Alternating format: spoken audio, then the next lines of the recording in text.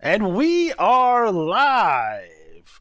Welcome to the latest edition of the IWAR Network Tubecast. I'm your host, Alex G. And with me this evening, we have our good friend Aaron, we have Larry, we have Luke, and we have a newcomer to the show, Jeff. What's going on? How's it going, guys? All right. So, Jeff, who do you manage? I got the Grady's in the NWL. Oh, I love them. Renton Road. I love it. Yeah. Grady's. All right, man. Soon to be joined by their sister, who was introduced in TT this cycle. Oh, man, that's awesome. I dig that. Matt's not on the show right now. He'll be coming a little bit later. He's busy with the Love Glove, apparently, so we'll see what he's doing. I'm sure he's listening right now. It was a tough cycle. Yes, I got a 473, so it's like, I don't know what happened. When's the last time you even changed your strap? Listen, I did mine at like 5:30 in the morning after writing this monster of a pay-per-view that I had to write. So I may not have been in the right frame of mind to do my strategies this cycle, but it's okay. I've got a question for you, though, Alex. Yeah, shoot. Do you write your TTs and your pay-per-views with the Love Glove on? I had two Love Gloves, a right-handed one and a left-handed one. It might be quicker if you use your fingers, if you know what I mean. I can type with my toes. I can also pick up a baseball with my toes. It's weird, I know. That'll be on the IWA trivia someday. It's gonna be on my toes only fans. So, so that's gonna be a thing. He's all over the internet. You know? It's true. So who do we have in the chat? We have Derek, Darren, Kevin, Flippy Pat, and our good friend Tim Clark. What's going on tonight, gentlemen? I hope everyone had a good cycle. I hope lots of titles were won. Great TT out there. I hope we all did well. What was the drops this cycle? 29-28. Oh, Matt was right. 1 and 8 were the holds that dropped. Okay. So I must have hit both of them and then got a 23 somewhere in there. Something like that. Freaking ridiculous.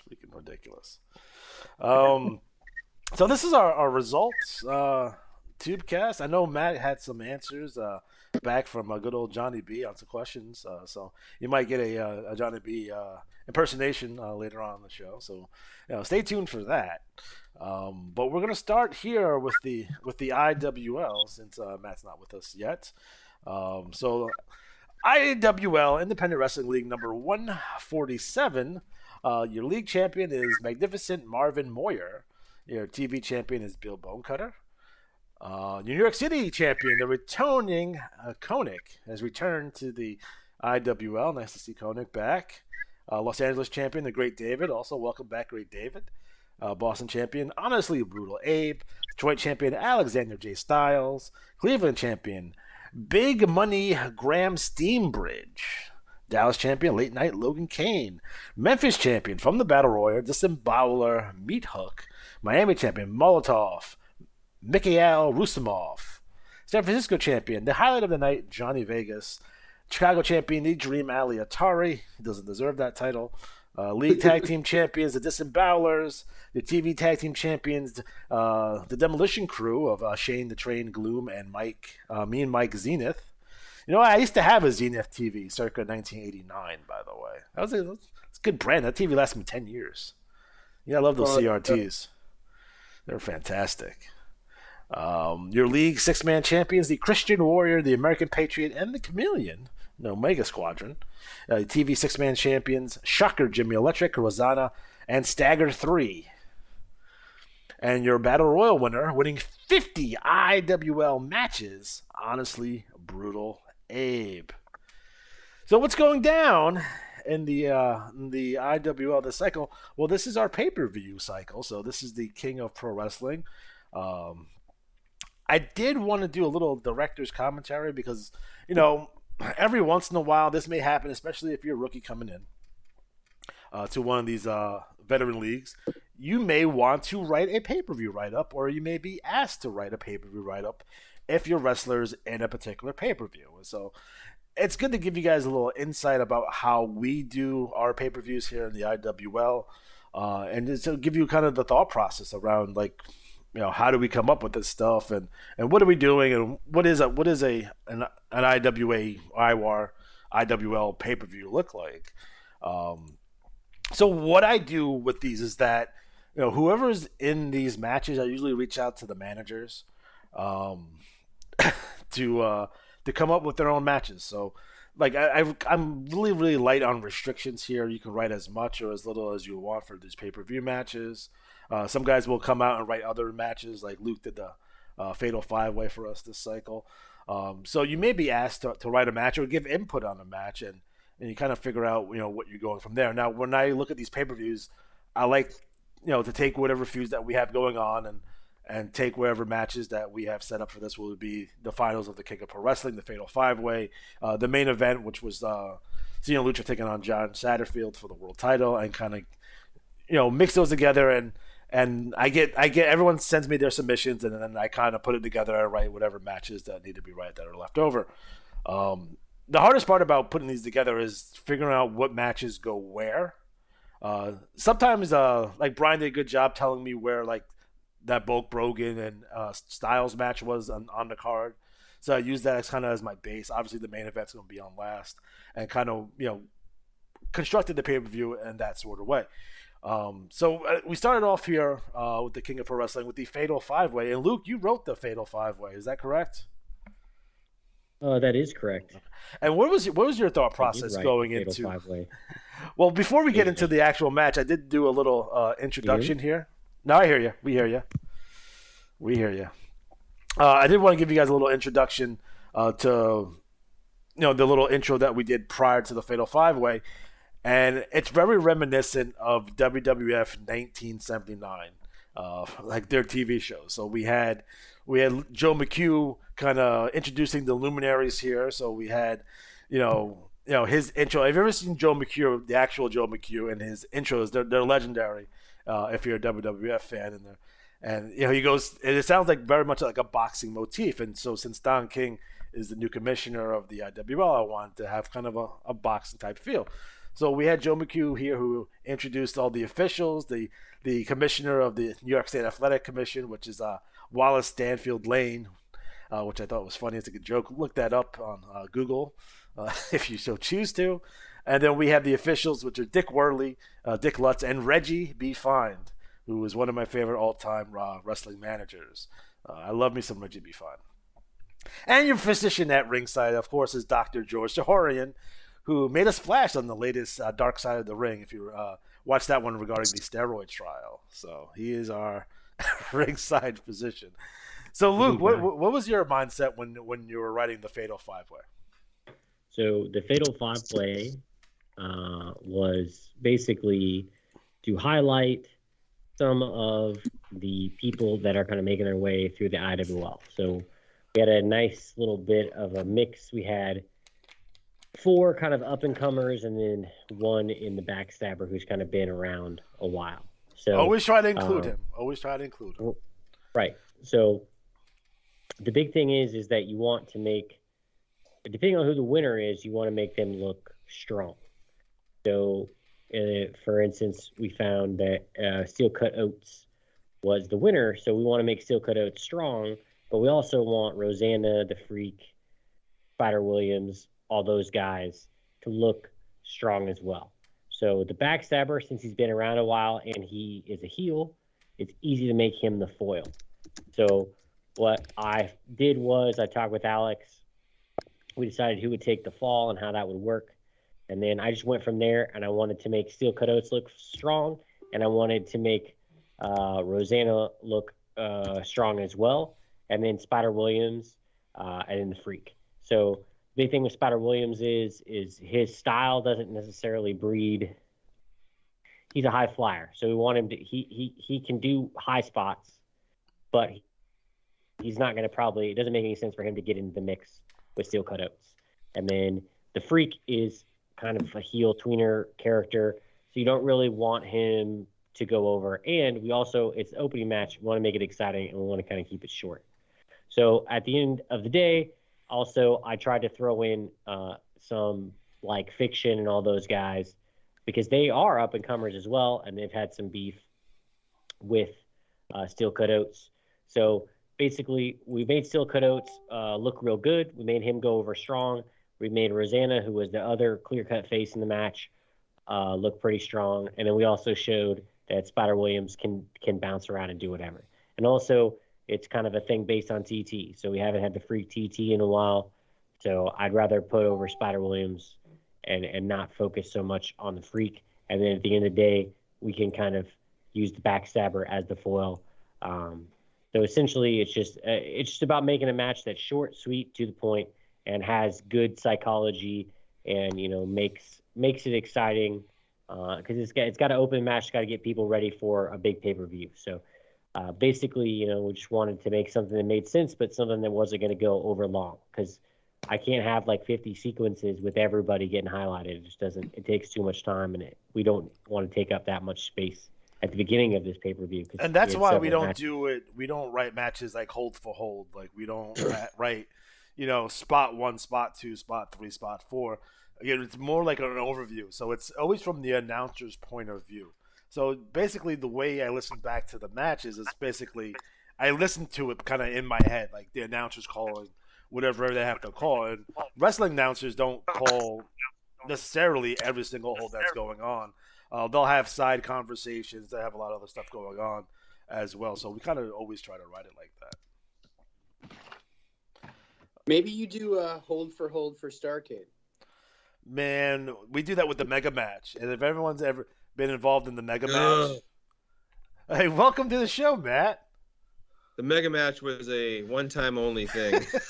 So the Mega Match is something we did around the same time we did the draft. So we had kind of two innovative things going on at the same time.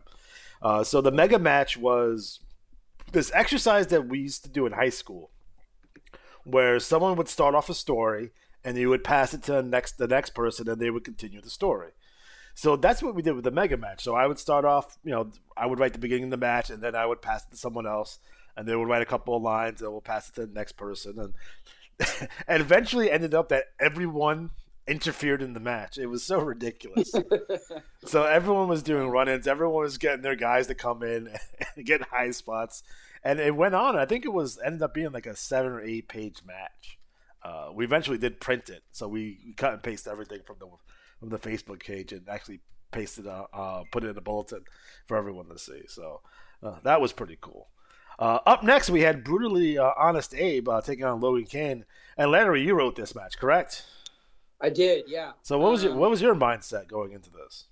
Well, I grew up in New York, big Rangers fan, big Knicks fan. And if you're a Rangers fan or a Knicks fan, there's one man who always has a ringside seat at the Garden, and that's Jim Dolan. I think it was also Spike Lee.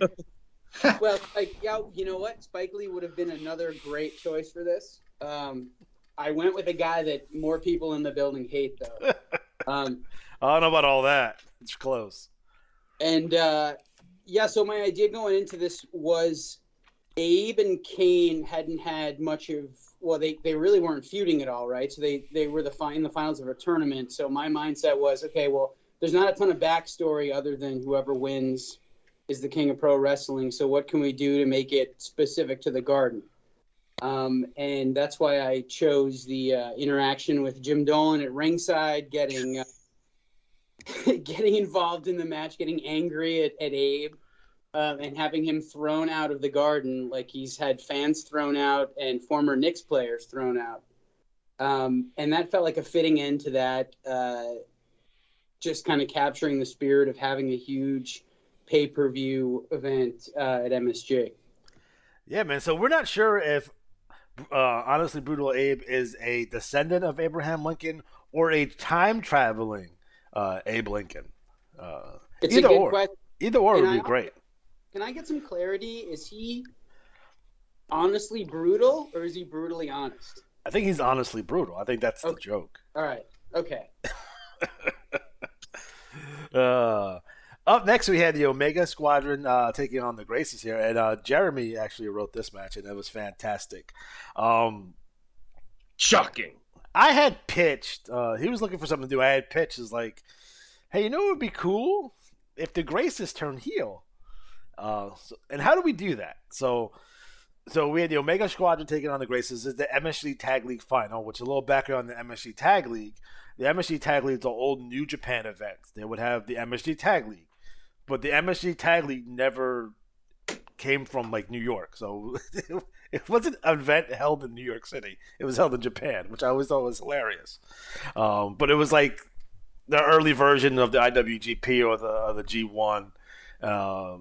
Their carnival tournament, like All Japan does. So it was a round robin tournament for tag teams.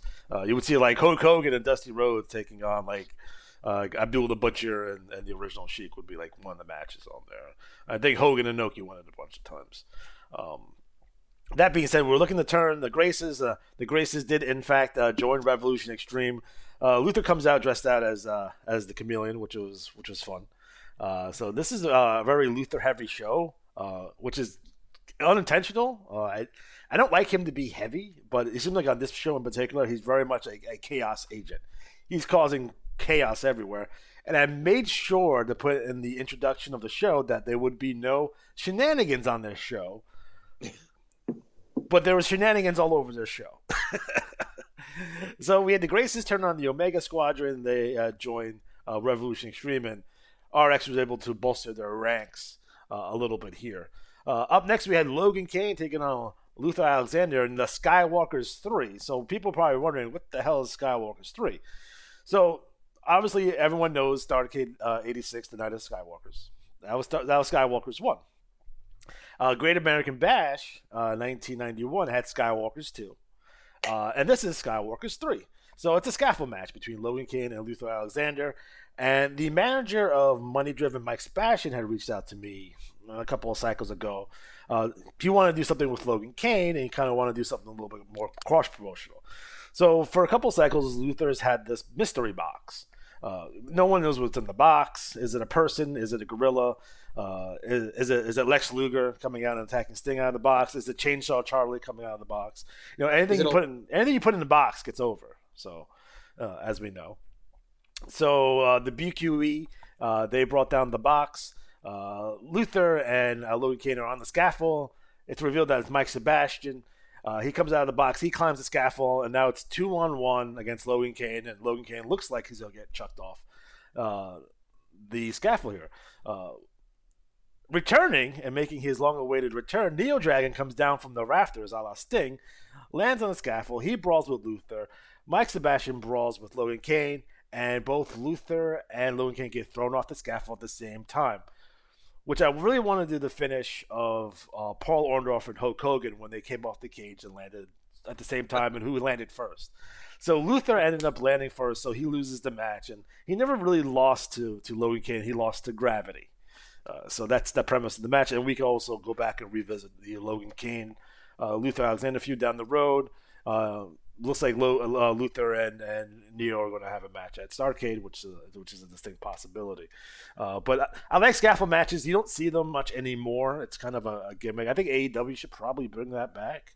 I love the scaffold matches at Mid-South and at Medfest, and WCW did them okay. Not the greatest. That Rock and Roll Midnight one is not great from Starrcade 87. And the 1991 Great American Bash scaffold match, that is capture the flag gimmick, because the match is it's Bobby Eaton and PN News taking on, I believe, Terry Taylor and Steve Austin, and it was a capture the flag, which is like no one was going to take that bump. I want to see PN News get chucked from the top of the scaffold, because that would have been fun, but it's ridiculous. Up next, we had Omega Squadron taking on the Mid-Atlantic Wrecking Crew, and this is for the Bad Street Championship. So, again, a really fun match. The Bad Street Championship is our 6-man / stable championship, which you'll get more details on. I'll reiterate, because I think we went through this a couple times, on how you become eligible for the Bad Street Championship. It's not your run-of-the-mill 6-man championship, but the Mid-Atlantic Wrecking Crew did in fact beat the Omega Squadron in this match. They were the top 2 point getters in our contest that we're going to have every cycle, much like the 4-pack challenge. Again, this is a really fun match. Again, the 3 birds here are unbeatable. So the Three Birds are in the Mid-Atlantic Wrecking Crew. We just recently changed their name. So the Mid-Atlantic Wrecking Crew is as follows. It's the Three Birds. It's Grant Sabrosis, and there's the manager. You have Rosanna. You have Sarah Smiles. You have Stagger 3.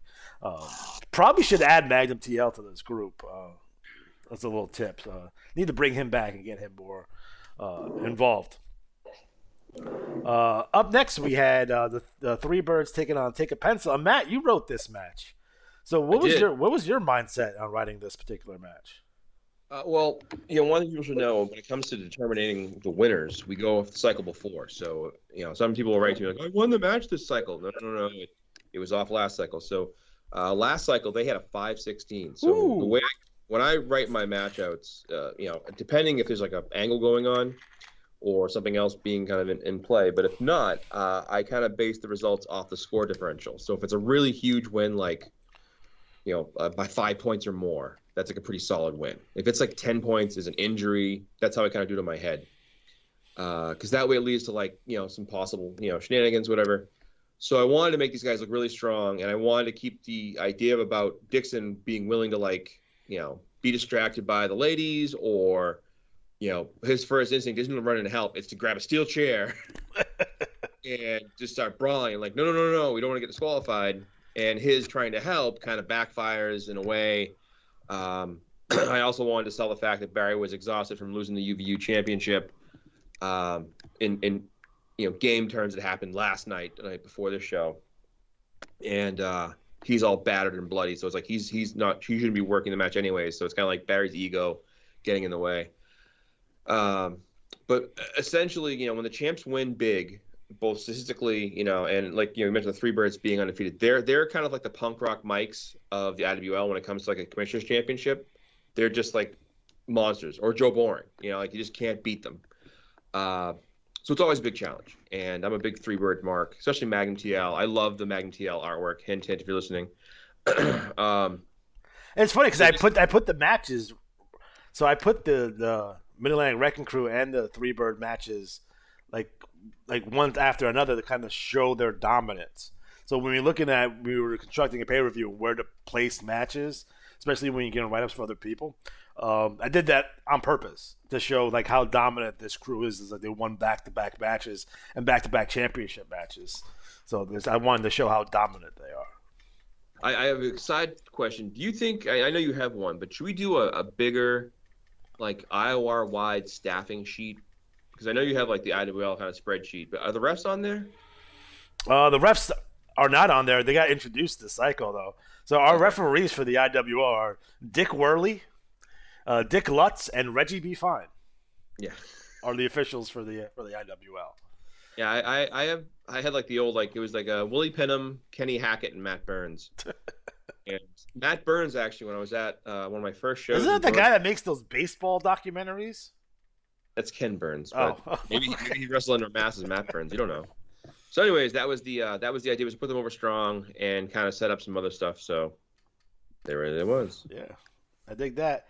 Up next, we had Bulk Brogan taking on Alexander Jane Styles for the Pan Am Champions. Now, Brian wrote this match and did a fantastic job. He did a little interview beforehand, so we get to see Johnny Revolution in his wheelchair. He used Misty Hyatt, which is our backstage interviewer in this. So again, using all the tools, which I definitely appreciate. And I think the whole premise is like Alexander J. Styles has Bulk Brogan's number. Now, Bulk is most likely going to be Wrestler of the Year in the IWL. Dominant, but he just can't beat Alexander J. Styles. And Alexander J. Styles has this he's coming up through the ranks here, and he's probably going to be a future world champion in the IWL for sure. So he does a great job of getting that across. See Johnny Revolution kind of getting involved here as well. Basically just beats him with the Styles Clash, and it's a 1, 2, 3. Again, he killed him. Well, he also put him in that tanning bed and kind of cranked to 100 too. So Brogan's a little burnt from that. But overall, fantastic job. A little nod to Luther there, looking on from the luxury box. So great job overall. Let me take a sip of soda real quick because You got a lot to say about this Senior Lucha John Satterfield match. That's for sure. The match that was too controversial. So the main event of the evening, we have Senior Lucha taking on Firebird John Satterfield for the IWAR World Heavyweight Championship. And then we see another appearance by Luther. Luther comes down on commentary. And he gets into it with Lance Catamaran, which I thought was hilarious. Lance is giving them crap for getting chucked off the scaffold. Luther says he tells them that he's going to call Don King and get him replaced by PR Roulette, a former NWL commentator that worked for Luther when he was the commissioner at NWL. So that was fun. Another high spot for this is Luther gets kind of like antsy about this babyface match that's going on, and they're doing holds. The babyface match is ridiculous. So Luther does the old Vince McMahon, what a maneuver, kind of sarcastically, and then and Telly Schiavone's like, that was a headlock, and Luther is like, I beat a guy with a headlock, and Lance is like, who? He's like, Zaccaroni, the San Francisco Heat. and Tully's like, really? He's like, yeah, in 2013. Lance doesn't believe him, but then Tully looks it up on Google. He did in fact beat Zaccaroni with a headlock in 2013. So I thought that was a fun little high spot. Again, Luther's not happy with the match because, again, this is technical masterpiece that they're putting on here. Luther gets antsy, leaves the commentary position, grabs the urn that he has with him that has Senior Lucha's mother's ashes, and throws the ashes in Lucha's eyes. Now, one of the inspirations for this match is the ending of Bloodsport, where Van Dam has to make this comeback blind. So Lucha makes this big comeback blind. He can't see, and he's beating the crap out of John Satterfield. Eventually, he goes for the million peso knee lift, misses it, and gets caught with a small package 1, 2, 3. After that, there's also a spot where Tracy Lords takes off her top and flashes the referee, so he gets distracted, which is nice.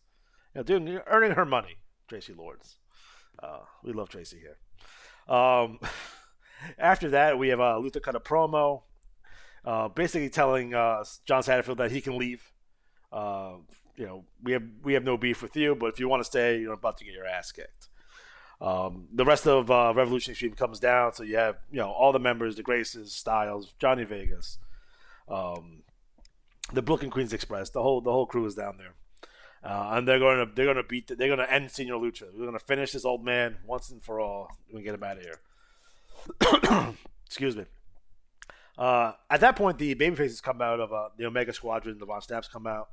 And Luther says, that's all you got. That's not enough. And all of a sudden, after that, Ryan Patrick and the Regulators come out to even the odds. So Luther looks worried that the Regulators are out there. The Regulators kind of cut in front of Senior Lucha, looking like they're going to take on Revolution Extreme. They turn around, and all of a sudden, Senior Lucha gets hit with the Spear of Death. So at that point, the Regulators has joined the Revolution Extreme in this brutal beatdown of all the babyfaces. The crowd is chanting for Neo Dragon. Luther says he's not coming, and he doesn't come. We have Mr. Patrick does a little promo here that's fairly reminiscent to Hulk Hogan's heel turn in WCW, which is nice. At this point, Luther makes the point of saying anyone could be in Revolution Extreme. So he points to the cameraman. The cameraman takes off his shirt, an RX shirt. He points to one of the referees. They take off their shirt. He points to Joe Sahorian. He takes off his shirt, Revolution Extreme shirt. Then he points to the crowd. All the members of the audience ringside, all the members of the ringside audience take off their shirts and reveal Revolution Extreme shirts.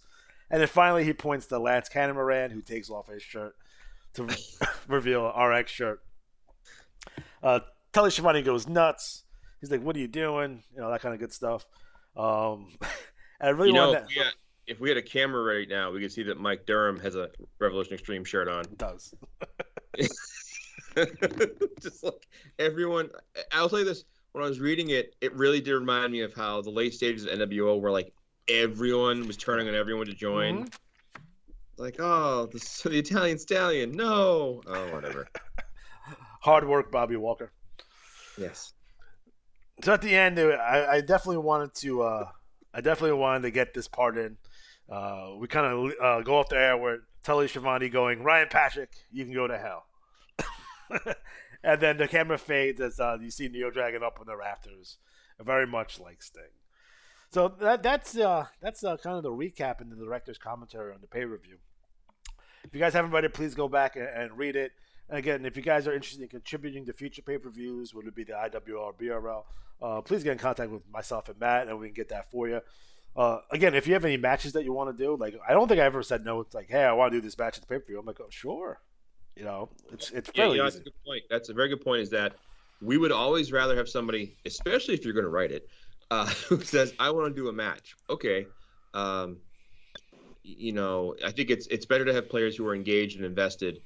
And, you know, we were talking before the show about some of the, quote, rules used to be in place for the NWL. I hated them. And the critiques. And, you know, there's a reason we've gotten where we are because we're not afraid to make changes.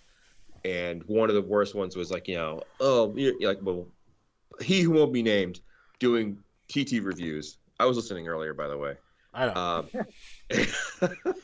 You heard all the bad things I was saying about you? Oh, I know. I'm awful. Right off the dungeon. Not only did I look up, just so you guys know, before we had the IWAR Facebook page and the NWL message board, we had the Hoosier board. And not only is it still around, but I checked and I found a message from a guy named Luke. And he was asking to come back to I'm trying to come back to the IWAR. Yeah, Neo Dragon. Never should have let it happen. You get for trust. Yeah, just by the way, quick side note, real breaking news. If you haven't heard, John Moxley just entered a rehab program. Yeah. Oh wow. I'm shocked. Yeah, inpatient alcohol. Well, so I'm glad he's getting his help. Yeah. Well, you know, I don't know if you Now watched the the book live show, makes but a lot more sense. doesn't it? Right? Oh well. For sure. Anyways, I've been in a job that I didn't like and drank too much, so I can definitely understand how that might be. I've always been terrified if I did drink, I would be probably a violent, because I used to be a bouncer and other kind of shit, and I used to have a temper, and I had to keep it in check. And I just think if I ever drank, I hate bullies. I would just snap on so many people in my life. So I'm glad I never started. I would be in jail probably. I only drink 2 times a year. So my annual Christmas party and our annual block party. It's just like risky business all over again. That's it. Risky business. Risky business. I love that concept, by the way. It's my favorite concept I ever came up with. So I can only write sneak attacks once a year. you don't know what's coming. It's a good way to do it because you get them all nice bunched together. Yeah. It's my ending of The Godfather. That's the way I look at it. When I watch the end of The Godfather and then I write that TT. There you go. That's the way I do it. So what are the next pay-per-views coming up in the IWL? Next up is Starrcade. Now, remember, guys, I brought back Starrcade before the WWE brought back Starrcade. So, Starrcade will be. We have a mole, remember? We do. Starrcade featuring the Bunkhouse Stampede and the Holiday Rumble. So, the Bunkhouse Stampede basically is Bunkhouse Stampedes, just like WCW used to do it. So, we have 4 Bunkhouse Stampedes. The winner of each Bunkhouse Stampede gets put in the Bunkhouse Stampede final, and they have a match. So. It's basically a steel cage battle royal. Yes. And the Holiday Rumble is the Holiday Royal Rumble. It's real simple. Not making you guys pay for it this year, though. So I'm going to get 20 entrances, and we'll go from there. So this one is free. This one's on me, guys. Don't worry about it. Nice. So, yeah, Starrcade will be from Las Vegas. It will be from that brand new Raiders stadium that they have. So that's going to be nice. Oh, sweet. So... Boy, you're a long way from Walmart. A long way from Walmart. You know, you'll probably see an appearance by John Gruden there. So he's going to be in Luther's corner. So that's going to be a thing. The message of hope. Yeah, he's going to be his coach. Yeah, he's looking for a job. So to be Luther's coach. All right. Next up, we want to do Battle Royal League next, or you want to do NWL next? Let's do NWL next. All right. Get the guys listening in, so let's get their stuff out of the way. Yeah. So I'm sure Aaron's itching to do it. All right, man. New Wave League number 174. You can go through all the champions and such. That's right. So we've got the league champion Veruca Salt of Whoop Ass Inc. representing not only Whoop Ass Inc. but the Ladies League as well. Whoop-Ass Inc. always representing strong on the title page. Up next for TV champion, we've got SOS Mike Dynasty, who I think Matt predicted he was going to win the league title, but the TV title is a close second, so it's good to see Mike Dynasty up there. Up next, we've got Central Plains champion Gene Co's Nivik Largo. Then we're representing the Syndicate with Toa Anoa as the East Coast champion. Great Lakes champion is Waz of the Industry. Mid-Atlantic champion, we've got Mark Justice. Northeast champion, the Samoan Assassin. Pacific Northwest champion, El Mascarado. Rocky Mountains champion from the Battle Royal, we've got Big Money Bonnie Banks. Southeast champion from the Battle Royal, we've got Machine. Southwest champion from the Battle Royal, we've got Tomax Firefly. West Coast champion, SOS Prophet. League Tag Team champions from the Syndicate, we've got Samoan Assassin and Toa Anoa. TV Tag Team champions, we got Tomax Firefly and Warpath Wolf Keenan from HNR. League six-man champions, we've got the Industry representing Big once again with Waz, Rod Camino, and Dave the Decision Wazalewski. TV six-man champions, Tomax Firefly, El Mascarado, and Machine. And then the Battle Royal winner, we've got Waz of the Industry. Yeah, All right, man. so Jeff's on the call, right? I am here. All right, Jeff. You as the most recent former champion, do you want to tell us? I saw a blurb something earlier. You mentioned you had a 495 or something like that with Rhett. Yeah, 495 with Rhett, 492 with Roe. I'm still trying to figure out I'm not as statistical as a lot of you guys are, so I'm doing the best I can with it, and I think I'm holding my own. But yeah, 495. Grady's off the title page for this cycle. Well, I track all these things. I noticed you had a 496 last time, I believe. Was it 90? Correct. Yeah. 496. So, one of the things about the game, and it's funny, when I got home earlier and I saw the message from Larry saying it was a 29-28 and 1-8, I knew from just the way the holds were laid out, like for your drop options, that 8 was in a lot of holds. So I was like, oh, it's going to be a tough cycle. There's going to be a lot of high scores. Which this, don't get discouraged if you're playing. You're like, I got a 495, 496. Like, you're on the right path. I got a 473. Well, you change your strats like once a year. you let a potato pick your strats. Come on now. And you wear the love glove while you write it down. No, I get the backstabber to pick my strats for me. Right. Just be happy, you guys. Front stabber.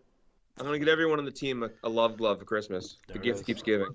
So the point I'm trying to make is that it can be frustrating to have a high score or a star with a 495 or plus, but you're on the right path. And now you got looking at the contenders, Rhett's number 1, your former champion, and you have Roe at 6. So you have a shot for a TV and league, which is really hard to pull off. Both those. And now what's good is that we have a lot of players getting better and better. And the pre-call we were talking about the trash talk and the NWL is really out of control in a good way. And I also want to mention, if he's listening, I don't think he is yet, but we have a new player who runs Dark Danger. He just joined our IWAR page, so welcome. But I would say, as far as statistical analysis and things like that, there's a couple ways you can go. You can go the Alex route of changing your strategies, here and there. I change my strategies more often than not. I'm sure. But, I mean, you do run a former Wrestler of the Year for the IWL. I do. Former Gold Federation champion, too. Right? That's right. And a Metro. Was it Metro? Metro, yeah. Metro and Gold. Metro, yeah. So, when it comes to, kind of competitive, it's great because what I see happening here is you have, wrestlers like I mark up for certain, like Lance and Mick Ferrari, Rec Rady, and Mike Dynasty, and, all the different Gunslinger, Vertigo, it's like all these guys. So what happens is you have all these great names and characters. So no matter who wins a title, if any of them win it, it's going to be great, so it's fun that way, that, more kind of development. I would say this though, if you feel like you're getting good and comfortable with your scoring, keep going what you're doing, because I always find what happens to me is I get really comfortable and I'm like, I'm going to change things up and really try to hit big, and then it's like a batter with a swing, it's like, I bet if I grip my hand a little bit higher I can get a home run, and it's like, no, don't do that. So I think the best thing about about this game is that there's actually two games in one. You know, you got the numbers game that you're gonna have good cycles and bad cycles. That's just the way it is. And then you have the TT game. You know, the promo, the storyline game. So it definitely evens it out. You know, if you're good at one and not so good at the other, or vice versa, it gives everyone a chance to be competitive. And I think that's probably the number one selling point for the game for me. You're right. It makes a lot of sense to see that. And I will say this too: is it's like Alex mentioned, I think it was in the pre-call about the way my TT was years ago, and like everyone gets better over time as you keep going and doing it more often. The most common thing I hear from players who are nervous about doing promos is it's going to look bad. Or it's like you plow through, you find it's repetitions. It's like mine was awful. Yeah, it was. Yeah, Matt once gave me a D- on my TT one time. Well, now that I've found the old IWAR message board, I'm going to go through and find all the critiques and just like make them my promos for Senior Lucha. You know, Luther, I watched your old tapes, and you son of a bitch. Senior Lucha always sounds different every time. Before I forget, did you want me to do a couple of the Q&As tonight? Yeah, it depends. The people want to hear it. The people. Those who don't know, we sent the IWAR like 20 questions, and they answered a bunch of them. And when I say answered, they like legit like huge. They listen. They listen to the show. In-depth answers. Yeah. So like me and Johnny B are both fans of Charleston Chews, so that's good to know. The quality product right there. Oh, while I have this free time, hey guys, super chats are available in live. If you choose to donate, that'd be great. In addition to that, don't forget that we have our Amazon affiliate link. The holidays are coming up, and if you want to purchase anyone a love glove or a bidet of some sort, or the holidays are fastly approaching, and the stores are not going to have much. I think we have IWAR shower curtains on Redbubble, so I mean Do we have the shower curtains? I'm looking for the. Yeah, that's a gift I can't miss right there. Well, I would. A bidet is a pretty serious gift to give somebody. Yeah, it is. Gift keeps giving. Sure does. I want to get my IWAR Speedos though. Hey Matt, I have a question. Why did you not get them to put the IWAR team page link on the website? I still can't get it to work on the PDF. Oh, the merch page? Yeah. I'll have to fix it then. I didn't put it. You'll see one of the answers if I read it from Johnny B. talks about that a little bit, but I don't think there's anything against it really, but we have to be careful with it. I'll put it that way. Very well. So, if we get the BRL to 500 cards, Matt said he'll get an IWAR tattoo on his face. I'll get this Cody Rhodes, the IWAR logo on my neck. That's the world's worst tattoo. Oh my god. I would say, quick side note. Didn't anybody say to him, dude, it's cool. Like, how about your arm or like your back, like your leg, but your neck? Dusty would have gave him so much shit for that. Oh my god. What are you doing, baby? He strikes me as the kind of guy that if he came up and said, I'm going to do this, I'd be like, yeah, you should do that. Or you're going to get it. No. How big? Bigger. They're giving me half price, though. Oh, we'll do it. I feel bad for Cody because he seems painfully unaware of the shit he says and does and how it comes across. I think it's all an act. But anyway, I love him. I met him in person, like super sweet guy. Like he was so nice to me.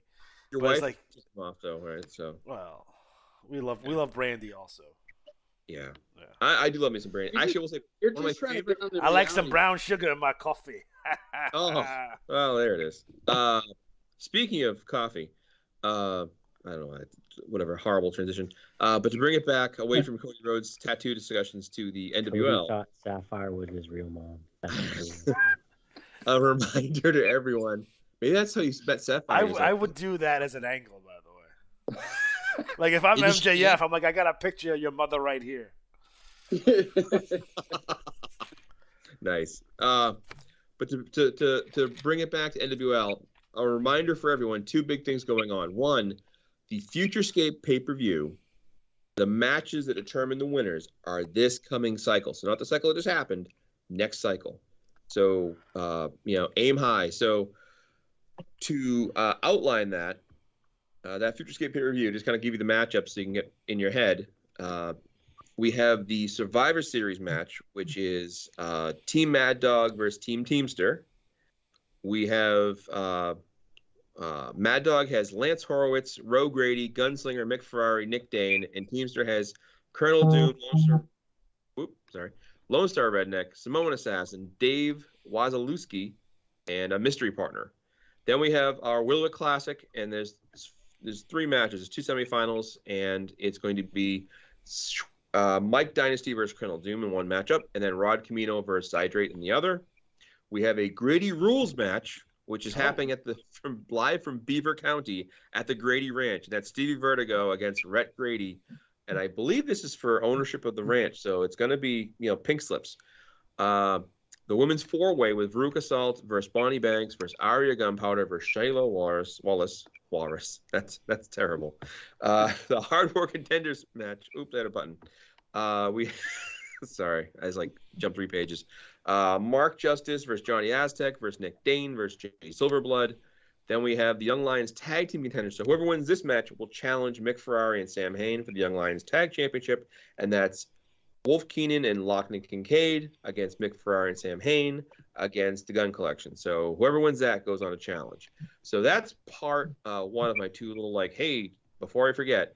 The other is today marked the first round of the 3rd Bad Company Tag Cup. So how hard are these results? I'm going to do them right now. Oh. Because I forgot about it. I'm overwhelmed. Slipped my mind.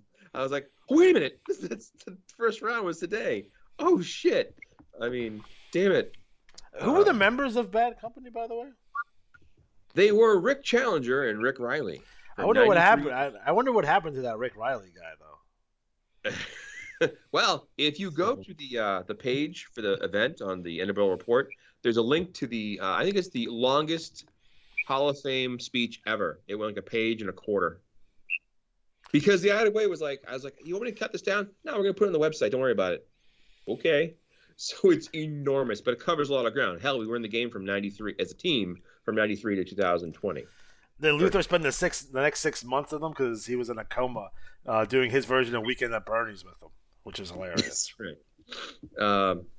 So, all right. So here's our live results of the Bad Company's Round 1 Tag Tournament. So first we have let me get my screen here. Mark Justice and Hio de Teamster, the son of the Teamster, which my file's not responding. That's great. I love my computer. I love it so much. It's on a potato. I think it's powered by a potato. Someone get mad at your computer. So Samoan Assassin and Toa Noah advance with a 514 over 509 from Teamster and Mark Justice. Let's see here. California Gunslinger and Shotgun Kid, where are ye? This is awful. You know what we'll do? Well, whatever. 503. There we go. That was terrible. So they have a 503, and Lone Star Redneck and Colonel Doom. Boy, I hope they had a match together this month. Oh, you know what? I won't do this live. I'll get back to this. Just know that someone's going to win.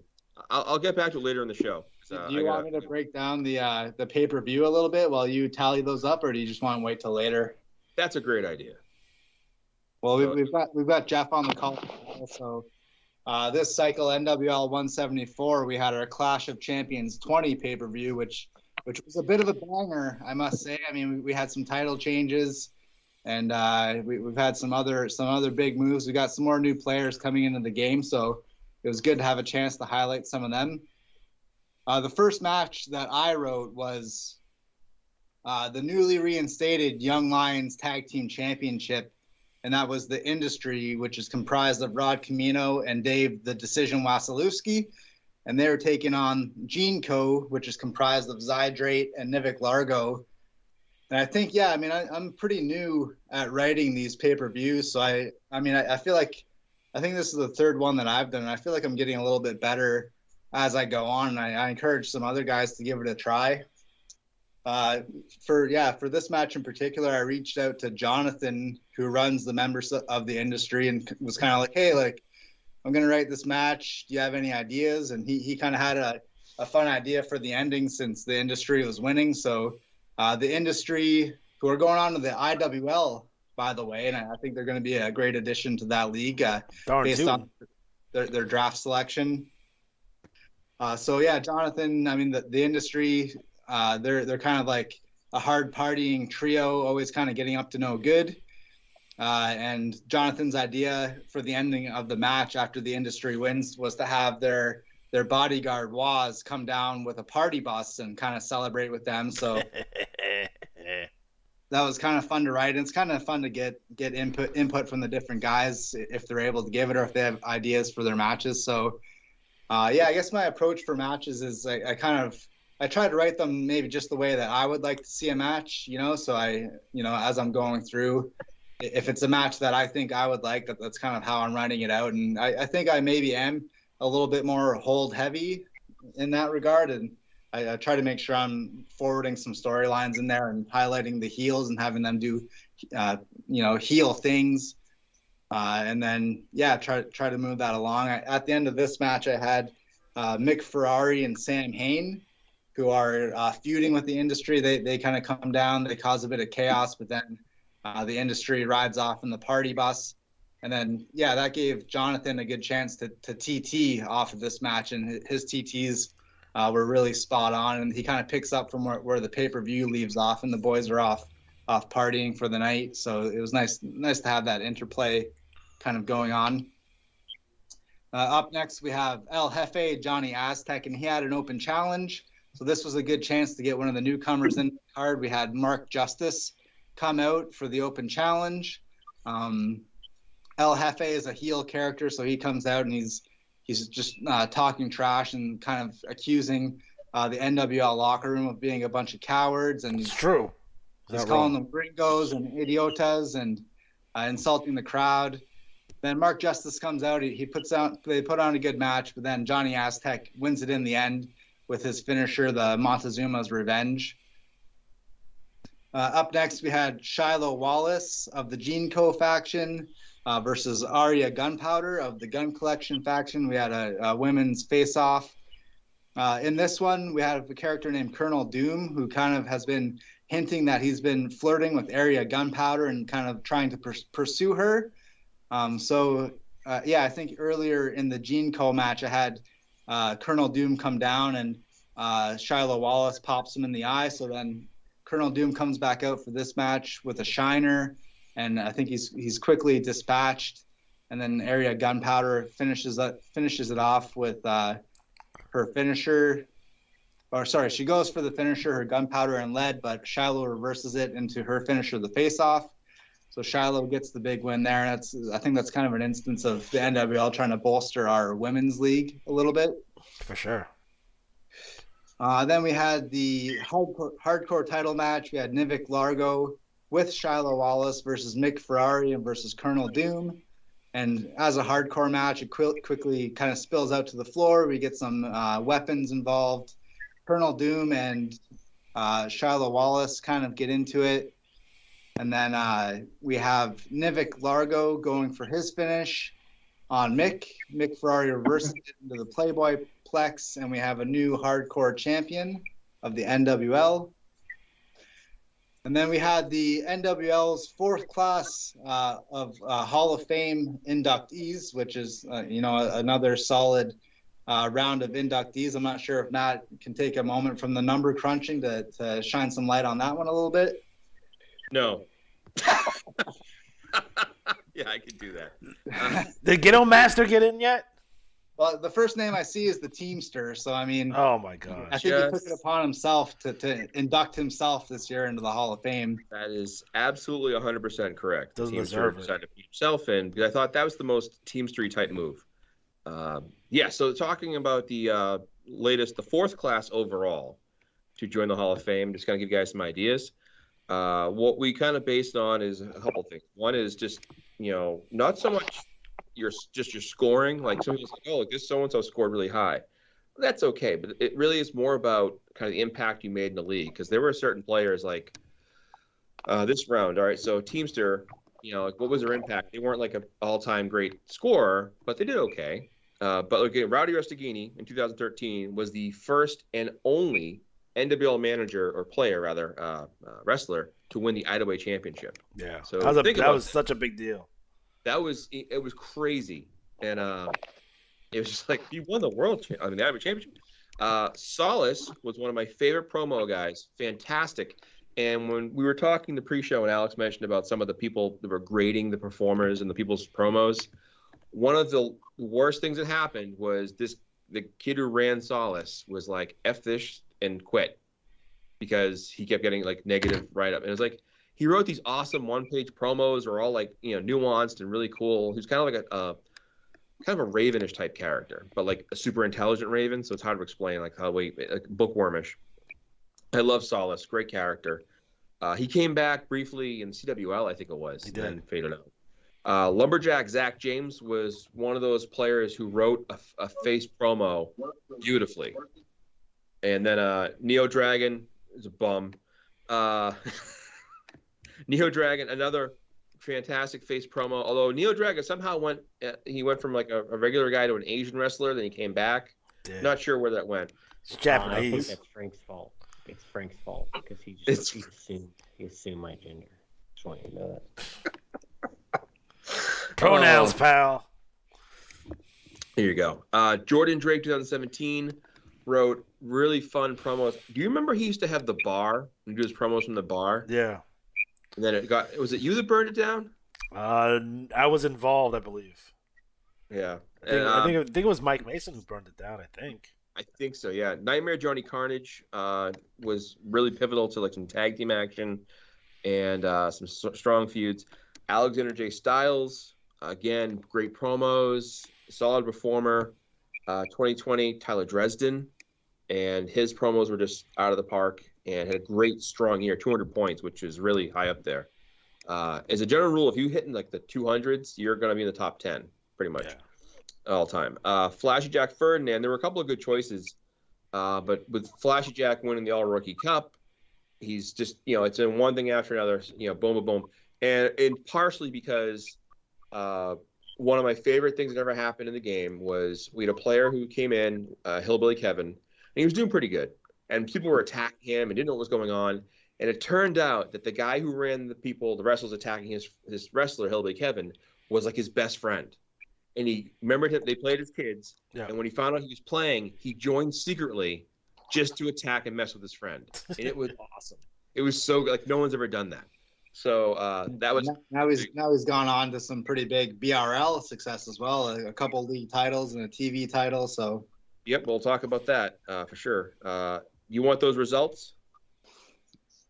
Yeah. First round results. All right, so here we go. This is the Bad Company Cup first round results. We had a kind of a lighter cup. We were light on teams, so some of these matches were one-sided, but that's okay. We had round one. Samoan Death Grip defeated Mark Justice and Hio de Teamster. California Gunslinger and Shotgun Kin defeated Lone Star Redneck and Colonel Doom. Mike Dynasty and Lance Horowitz, surprise partner, defeated General Warlock and Traditional. Dave Wasilewski and Rod Camino defeated Ricky Rose and John Lane. The Grady Brothers defeated Beastmaster and Iron Man Rob. Wolf Keenan and Lachlan Kincaid defeated Johnny Aztec and Dark Stranger. And Mick Ferrari and Sam Hain defeated the Hangman and Harry Hurt. And then there was a tie, and Zydrate and Vivek Largo had a 505, and so did Dark Stranger and Jay Silverblood.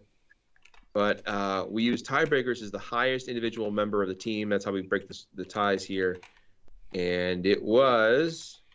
Ba-dum-bum-ba-dum. Oh, I lost. Vivek Largo, so he had a 497, so they advance. Solid first round. Yeah, so the second round matchups will be Grady Brothers versus Wolf Keenan and Lachlan Kincaid, Gene Co versus Mick Ferrari and Sam Hain. It'll be the Industry against Mike Dynasty and Lance Horowitz, and the Gun. What are they called? The Gun? No. Gun Collection. Gun Collection against Samoan Death Grip. So really good second round matchups. So yeah, those are some of the heavy hitters in the NWL right now. I think moving on in that. So. Yep. So that's that. A Rookie Rumble, I have not done the math on yet either. Whoops. But I can tell you that I will break it down and have it ready for the next show, if not sooner. Cool. We can get Jeff to break down a couple of his matches from the pay-per-view if you guys want, or if Jeff's into that. Sure. Cool. So up next we got Sheepdog Roe Grady versus Mike Dynasty in a country strap match at Clash of Champions 20. Yeah, this one was kind of thrown in there to give Roe and Mike Dynasty something to do. And Mike Dynasty, in my opinion, right now is the best heel in the NWL. I think that his entire character, everything is just phenomenal. I love how he incorporates other wrestlers into his TTs. I just think he's killing it right now. So in this match, I really wanted to kind of put over a different side of him. That Mike Dynasty, while he's a loudmouth and kind of a punk, he's also a tough guy, and he's a hell of a fighter. So strap match, traditional strap match where one wrestler has to carry the other wrestler around, touch all four turnbuckles, back in like the Dusty Rhodes strap match era. This one was just a straight up pinfall submission. Both guys kind of went back and forth. Dynasty tries to get away like he always does, but forgot he had the strap tied to him, so Rowe pulls him back in the ring. Once Rowe gets him back in the ring, he hits him with a few moves, clotheslines, body slams. There's a couple elbow drops, then some 2 counts. Rowe kicks out. Dynasty gets the advantage, unloads a whole bunch of suplexes, 2 count again. And they go toe to toe pretty much for the rest of the match, all the way to the end where Dynasty goes for and Justice for All, one of his finishers. Rowe manages to fly it off of him, wraps the strap around Dynasty's neck, starts choking him. But in the end, Dynasty manages to get up first from the melee, and he sweeps out Rowe's legs, floats over, applies the King Breaker, and that's about it. That's all she wrote. Rowe gives up. Rowe kind of just loses the air in his lungs, and that's the end of that. And then that's where the Teamster comes out and decides he's going to send Rowe to the hospital, and that's the end of that.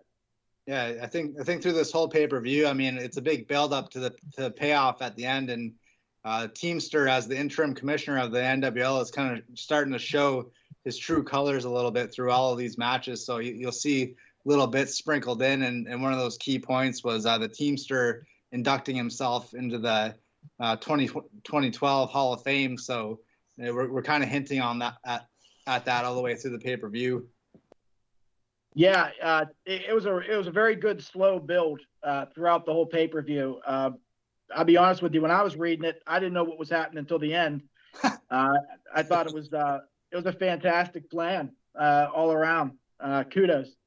I will chime in and say that one of the things about the game that's kind of fun, especially the writing portion of it, is when you kind of have kind of like a happy accident. And I've always been a big I'm saying this as a person, and a lot of the guys on the team know, I hate the heel boss commissioner, GM, like, WWE, forever with the heel manager, running things. So I've never done it. So I wanted to kind of build it up. And what happened was we had that sneak attack where somebody came out and Colossus just destroyed Dick Jackson. I mean, like, it was the TT was pretty brutal, like a little too vivid. Right. It's like, oh my God, like, Well, he was in the hospital for like 3 months afterwards. So.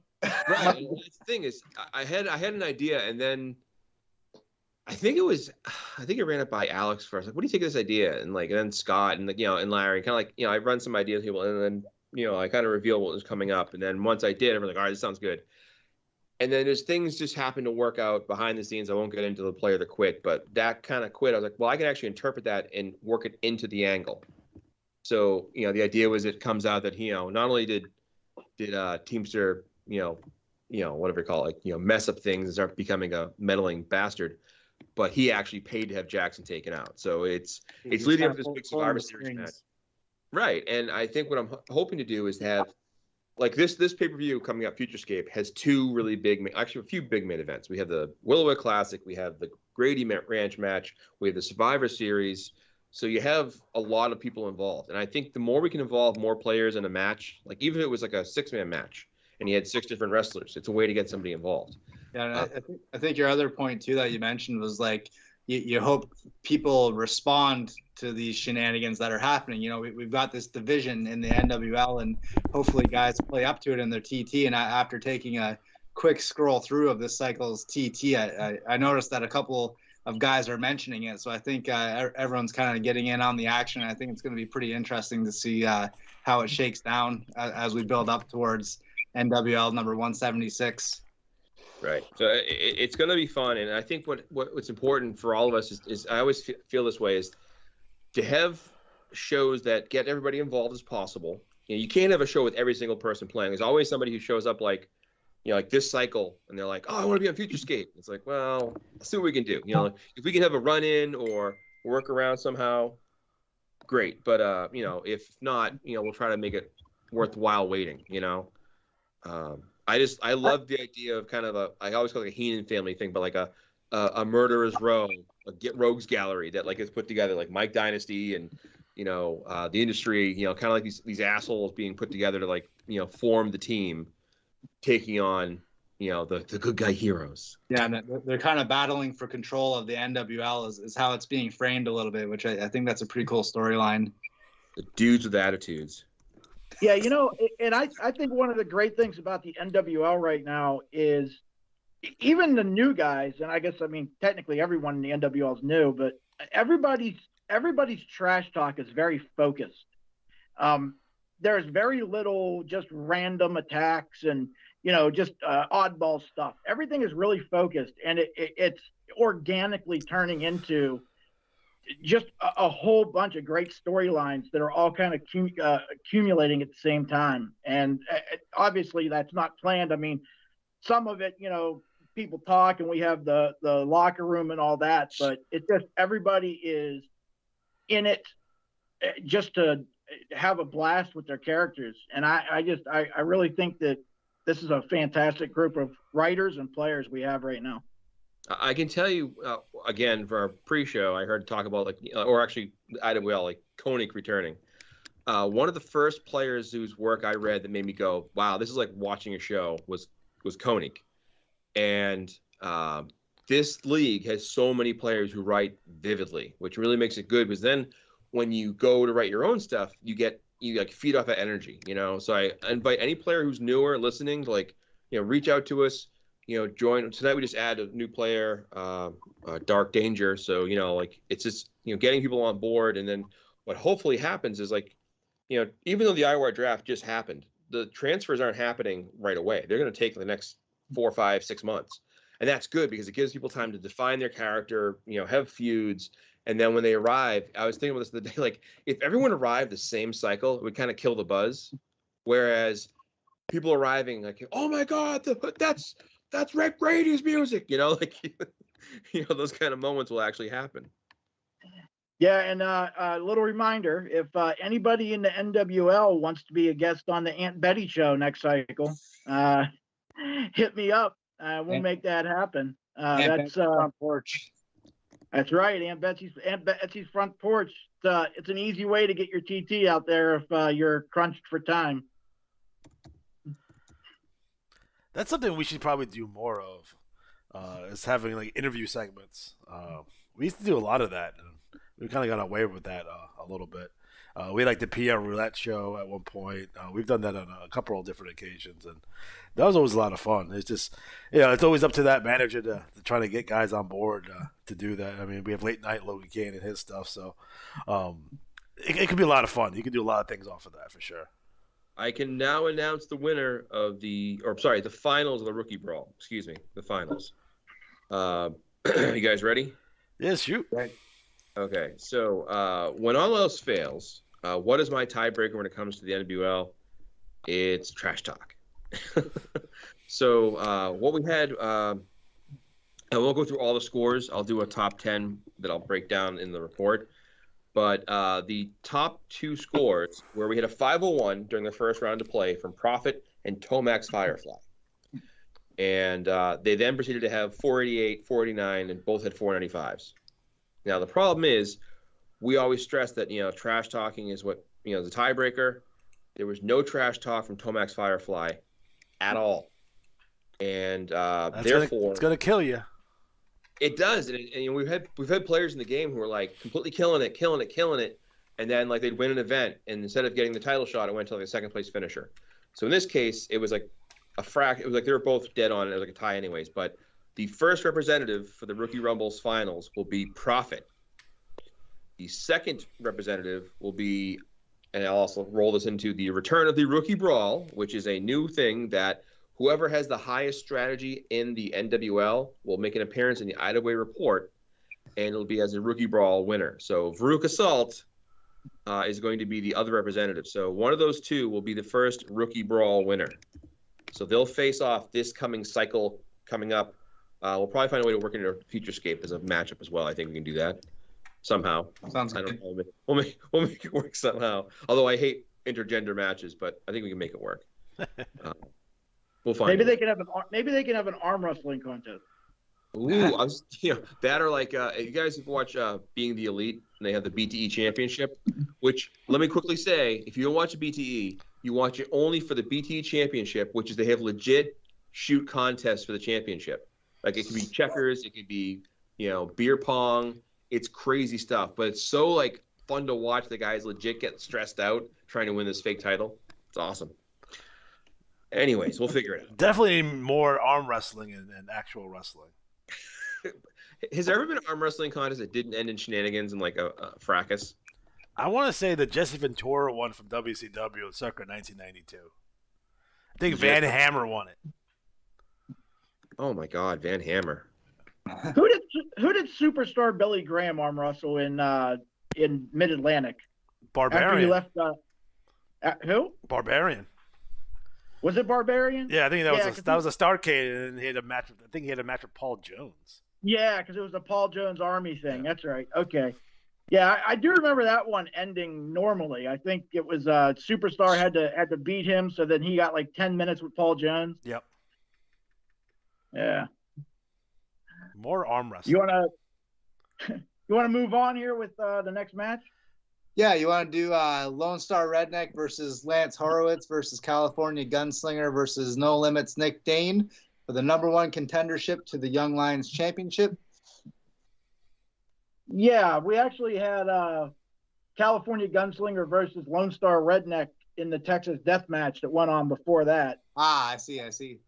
And basically, these two guys just beat the holy hell out of each other with every weapon imaginable. Yeah. And including the Spanish announce table. And it went on so long that they just kept on fighting in the back, in catering. And I thought it was pretty funny that California Gunslinger actually mentioned Aunt Betsy's peach cobbler from the catering area in his TT. But that kind of rolled right into the four-way. And the four-way, as you said, Lone Star Redneck, Hebrew Hammer, California Gunslinger, and No Limits Nick Dane. This was just a barn burner, back and forth. In the end, Lone Star Redneck gets handed brass knuckles by Big Money Barney Banks. And Gunslinger comes at him unknowingly, and Redneck hits him with the brass knuckle. Gunslinger goes to the mat. He's out cold. Other side of the ring, Nick Dane and Horowitz are going at it. Nick Dane clotheslines Horowitz out to the floor. Redneck tosses the brass knuckles back to Barney Banks, the old hidden brass knuckles trick. picks up Gunslinger from the mat, hits the redneck bottle opener, which is a fantastic name for a finisher. Willie Pinham comes over, 1, 2, and 3. Lone Star Redneck steals it, and he will be in the next Young Lions Championship match against the winner of the Willowick Classic and Country Hammer Rhett Grady. There it is. All right, then up next, we've got the special announcement from the Teamster, which kind of continues on some of the shenanigans that we're dealing with the Teamster. He's kind of wedging his way in as, hinting at his true colors. So I don't know if Matt wants to cover that one quickly. Sure. That was just, we were bringing back the Teamster Challenge, and it was one of those things that it was a fun contest. And if you're listening, what we do is the Teamster was a designated wrestler, and if you're a wrestler and the Teamster won the tag titles or 6-man titles, they won like a pool of free matches. And every time someone challenged and didn't win, that pool went up. So if like 10 guys write matches and no one wins it, there's 10 more matches to the pool. So he was hinting at, bringing it back and who it was going to be. And one player thought it was going to be the Teamster, but like, no, he's like old and retired. So he shockingly brings out, that's right, his son, Hio the Teamster. Ridiculous. And he is just like him, except he's a little quieter. And, so it's just the typical full of himself Teamster, greatest tag wrestler ever, but now my son's doing it, so he's just going to be pushing us forward. And what we're doing is just the same idea. It's a prize pool, and then every time somebody makes that challenge and doesn't win it, it goes up. So if it goes 30 matches and no one wins it, then someone does win it, they win 30 matches. And none of them go to Teamster / me. They go to the player who wins it. And the idea is to generate some fun matches. I know, after you have your kind of like, if you have enough title shots, you have like 12 matches you have to sign if you're in the top 5 contenders, right? Yeah. If you're in the top 10, 5 to 6, you have 11 matches you get assigned, the regionals and TV.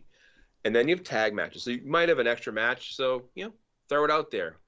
I will say I write Teamster Junior strategy to be like 44, 44, 43, 43. So if you want to mirror those the right way, hey, all right. It's just something fun to do, and the promos will be coming. There's a promo from Teamster Junior and Teamster that will irk some people. There it is. Awesome. So then for the main event for Clash of Champions 20, we've got the Young Lions Championship match.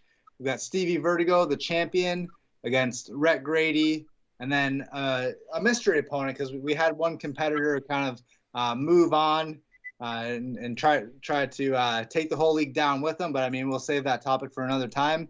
But that kind of, again, Matt's ability to kind of work this into the storyline. So we had Stevie Vertigo versus Rhett Grady, and we had an empty slot because it's usually a triple threat match. And before the match gets started, we have the Teamster. He's been kind of spending the whole show like sticking his nose in everyone's business and kind of gumming up the works a little bit. So he decides to interject himself into this match as well. And who does he introduce as the third member of the triple threat match? It's none other than the dastardly Mike Dynasty. So the crowd's shocked, the announcers are shocked. TNT by AC/DC hits the airways. Mike Dynasty struts out, and the three guys start getting into it. And I guess the way I tried to write this one, Rhett Grady comes out at the end as the winner of the match. So I tried to build up Rhett Grady as a bit of a stronger opponent, but also there's some serious heat between Rhett Grady and Stevie Vertigo at this point. And Stevie almost got Rhett's 80-year-old Aunt Betsy into a pile driver previously, and they've kind of been going back and forth, sneak attacking each other, spilling blood. So that kind of plays into this match. But of course, Stevie being the heel, the first thing he does as the match starts is he rolls out of the ring, and he kind of goes around the ring taunting the crowd, and that leaves Mike Dynasty and Rhett Grady to go at it. And then as the match goes on, I kind of wrote it to be a little bit more heavy hitting as things go on. Lots of suplexes on the outside of the ring, and these guys are just building up their hatred towards each other. At one point, Mike Dynasty gives Stevie Vertigo a bridged German suplex, but Rhett Grady comes in with a springboard double stomp to Mike Dynasty's midsection. And then as that progresses, Mike Dynasty kind of gets the upper hand again. He locks in the king breaker on Rhett Grady, which is a Texas cloverleaf. The ref is down checking on Rhett Grady. Meanwhile, Stevie grabs some brass knucks from his manager, Queen Kyla. He blasts Mike Dynasty in the head, busts him open, but he doesn't pin Mike Dynasty. He throws Mike Dynasty out. He wants to pin Rhett Grady. Stevie tries to get him up for his finisher, the don't look down. Rhett reverses it into his finisher, the pig splitter, which is a submission. Stevie tries to get out of it, but he can't. So it's a clean victory for Rhett Grady, which really, puts him over as a face.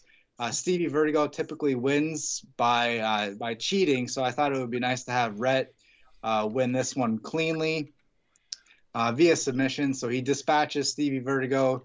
He's the new Young Lions champion. Everyone's celebrating when all of a sudden our good friend, the Teamster, comes back out. And I think at this point he's seen enough. So I don't know if Matt wants to jump in and kind of break down what we're seeing here at the end of the match. Well, it was build up. And if you noticed throughout the show, Teamster was kind of having all of the top faces taken to the hospital. And then, of course, at the end, it makes sense that, like, the bad guys surround Rhett and they're going to just destroy him. And then just as they're about to attack him, all of a sudden, Electric Avenue, which is Dick Jackson's theme song, how no one uses it in pro wrestling, I don't know. It's such a catchy tune. And the fans go berserk because Dick Jackson's back. But as he walks out and stands on the apron or the entrance ramp, all the guys that have been taken off, Rose back, California Gunslinger's back, and like all the guys who were like, they're all back, so it's like, oh shit, and I didn't want to like do one of those like pull apart brawls and make it, I just want to kind of set the tone. And I think one of the things they don't do enough of in wrestling is leave the audience wanting more. Like, don't give the fans the good guy beating the crap out of the heel. Like, that's what the pay-per-view's for. That's what the big show's for. Don't give them the free match, make them wait.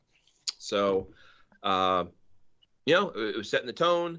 And now there's a big thing where Jackson and Teamster are going to go head to head. So one of the fun things about the game is I don't really have not put too much thought into what direction I want it to go, because I want it to be a fair determination. I think it's part of the fun is that, kind of get a result that'll determine the factor of who's going to control it. So we'll make it work either way.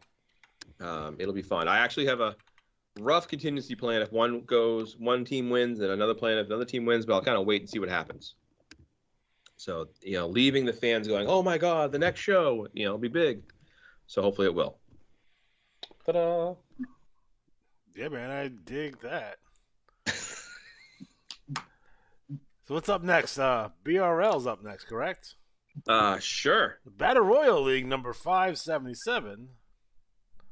That's your cue. Well, I'm going to have Johnny B do the announcing for this one.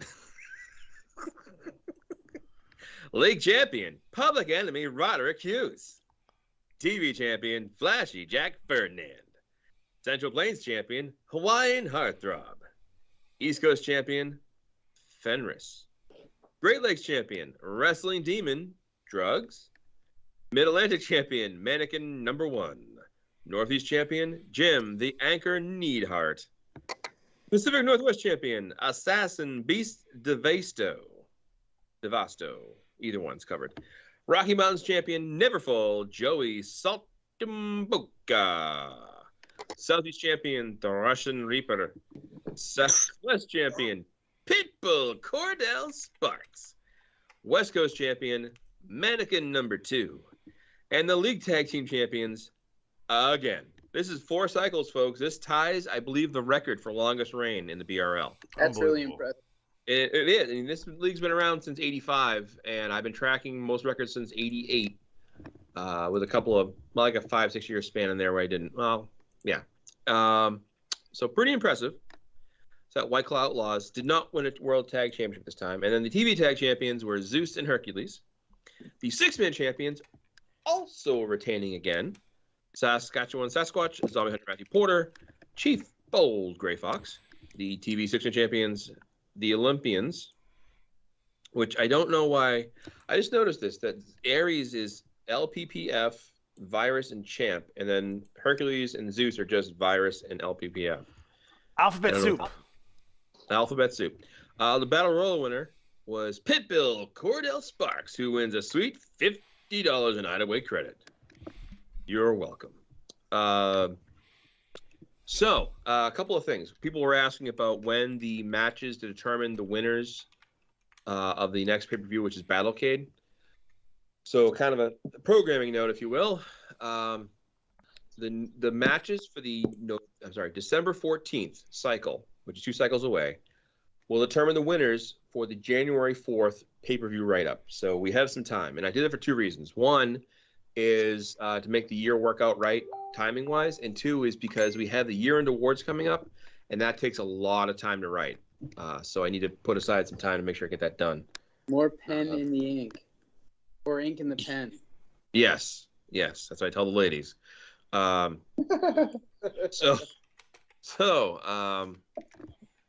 Anyway, so the matches for December 14th, 2 cycles away, will determine who wins, like the global title matches and all that stuff. If you look at the BRL, I'll scan down and tell you the lineup, because we had some changes. So the global championship is Punk Rock Mike against Sabretooth. And it's funny because he always emails me. He's like, "Is this a cycle? Is this a cycle?" He's like, he's had the title belt, by the way, the global championship, for 20 cycles now. Jeez Louise. Broke his own record. So he has a combined, I believe it's 35 combined cycles in the last, I want to say it was like 5 years, 4 years. I got to look. But the Women's Global Championship is Gina Colada defending her championship against Barb Dwyer in a lumberjack match with a guest referee, Marjorie Taylor Greene, which is explained in the promo by Gina Colada. Because I was trying to think of, like, who would be a good referee, and I was like, I could do this, that, and I was like, who would be the horrible referee? Like, who would be like the worst referee to possibly throw in there, just like randomly, some like or D-list someone who could have been a wrestling referee all along. Maybe. The North American Championship, Joey Salton-Boca defends against Double R Rob Ratliff. The Cruiserweight Championship, Love Burger defends against Flashy Jack Ferdinand. And then I added the match by player request, the Sewers of Derry Underground Street Fight match between Hooligan, Jax McAllister, and Hate Clown. I just love the sewer match. Who doesn't want to fight in a sewer? We have an I Quit Steel Cage match between Late Night Logan Kane and Hot Stuff Adam Cash. We have a draft class rumble. I'm not sure who I'm going to have be represented in. I might kind of just pick 4 random draftees for the BRL. Make it more fun, so it'll be a surprise. Because, again, a lot of the draftees aren't coming in right away, so maybe I'll make it a mix of, like, future and sooner talent. The Global Tag Championship, Punk Rock Mike and Agent 26 defend against East-West Connection. Global 6-man pits the Olympians challenging Punk Rock Mike, Agent 26, and Patrick O'Malley. And then we have our card lineup fill out with Paralegal and Litigation from the Litigators. Taking on Seth Adamsley and Wisp. We have a first blood match between Assassin Beast, Devasto, and Fatty the Butcher. Then a last blood match between Mechanico and Hawaiian Heartthrob. Why has never been done? I always thought a last blood match would be one of those matches where both guys have to bleed, and whoever passes out from blood loss first is the loser. That just seems like a logical thing to me. Should be hepatitis on a pole match. Exactly. We got Brahmo Baron, Rodney Diarmond, and Monster Truck Tanaka taking on the White Claw Outlaws and their mystery partner. So there may be more added to it, but right now I think it's a pretty good card. There are a couple of players I want to get involved that are not on it at all, so I'm kind of waiting for some responses. One didn't promo at all this month, so I don't even know if he's going to be active, so we'll see. I want to mention that the BRL's Triple Crown Challenge is now at 280 matches. If you win the league, tag team, and 6-man championships all in the same cycle with one wrestler, you win that Triple Crown Challenge pool of matches. Last done by Punk Rock Mike in 2017. So it doesn't happen often. It's really hard. BRL has like awesome tag wrestlers and awesome 6-man strategy wrestlers. So it's hard to get that out. You'll also know on page 26 of the BRL Bulletin, you'll see some fantastic new logos for the 2022 events. So check those out, done by Jeff. So thank you again, Jeff, for doing those. They look super duper. that's kind of it. I did do some refitting of the BRL roster pages because we had a lot of changes and I just kind of didn't get around to it. So again, if you're coming to the BRL, I'll start prepping your stuff now. But it's a handy way to look through who's in the roster. You know, kind of like, oh, who's with who, what teams are what. You know, yeah. So any I think that's all I have for the BRL really. Got that. I have some IWAR stuff, but oh, and I do want to mention the brand new ladies report in the IWAR magazine. It is done by Scott. So thanks to Scott for doing that. Yeah, this looks dope. He's currently celebrating the Braves World Championship win, so he's taken busy with that. Probably in jail at this point. I would say so. Yeah, what was I watching earlier? Oh, I was watching Poltergeist, the first Poltergeist, and Scott's from Redlands, California, and they mentioned Redlands in it. I'm like, oh, it's a reference. Like, you never hear that. I totally thought you like I was watching porn. Yeah, that's it was the version of that. It was Poltergeist. Or actually, I'm sorry, now they're called like not Poltergeist, XXX. Would have got confused.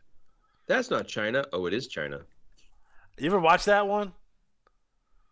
We during one of my friend's bachelor parties, it was put on in the background, and we all we were talking at the table. We'd stop and hear like some kind of horrible groan or noise, and be like, "Oh my God, is that China? Oh, it is." R.I.P. baby. So, women's report. I want to announce that if you haven't looked yet, this is the first round of the women's lethal lottery tournament. But we made one big change, and it was we put a bunch of teams together. Scott pulled them during the draft and put the teams together. The big change is this: instead of having the final team go head-to-head to determine the winner, no. They're both going to challenge for the championship in a triple threat match. That's right. We borrowed a page from the WWE. Who should we put over strong? Both. Okay. So there it is. That's that ladies thing. But check that out if you haven't had a chance to. It's a streamlined report. We shook it up a bit. Take a look. Let us know what you think. I'm trying to think what else. I have a page full of notes here. Do you want to go over the IWAR notes? Yeah. Okay. So we had the fall events wrap up. So the fall events were Bound for Glory, Tag Team Derby, and the Triple D Cup 6-Man Championship. So let's go over those first because I can also tell you who won what for money. Oh, money. So first of all, as it works out, there's 4 cycles of play, and then the top 2 finishers that promo move on to the finals. So they go head-to-head, and then whoever wins that goes on to challenge for like championships and so forth. It's always fun.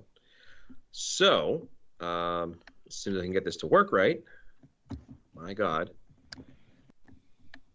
All right, here we go. Okay, so Bound for Glory, number 9, the finalists will be Late Night Logan Kane from the IWL facing Flashy Jack Ferdinand from the BRL.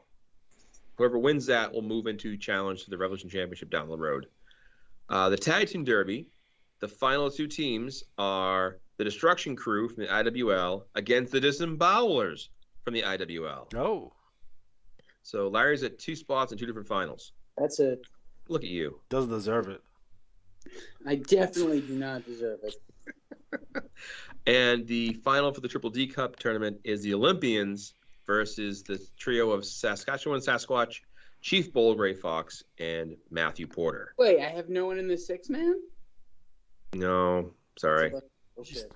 Yeah, it was a rough one. I actually realized later on that I got a message last night this morning early from Ryan. He's like, "Oh my God, the regulators are still in it. The regulators, I didn't send a thing and I missed a deadline." And I was like, "Oh yeah, they're already eliminated," because I used a italics font to like separate the last round to this round, and it really didn't look good at all. I was like, "Oh, lesson learned." So thanks to everyone who competed. Now here's the money breakdown. So of the players involved, so this is I'll be emailing that away tomorrow. So the least amount of money was myself for $10 in out-of-way credit. $17 in out-of-way credit went to Rob Ratliff, Tim Clark, and Jason Freimer. $33 in credit went to Kevin Doherty. $44 in credit went to Tommy Zulu. And winning $57 in IWA credit, that's right, Larry. Yay! Doesn't deserve it. Christmas comes in $57. November. So what this means in a nutshell is you can go. Oh, Matt, don't interrupt the applause. I'm sorry. I thought that was something else for a second. Yeah, he's really excited, fans. Well, Oh my God! it doesn't take much these days. That's for sure. In these challenging times.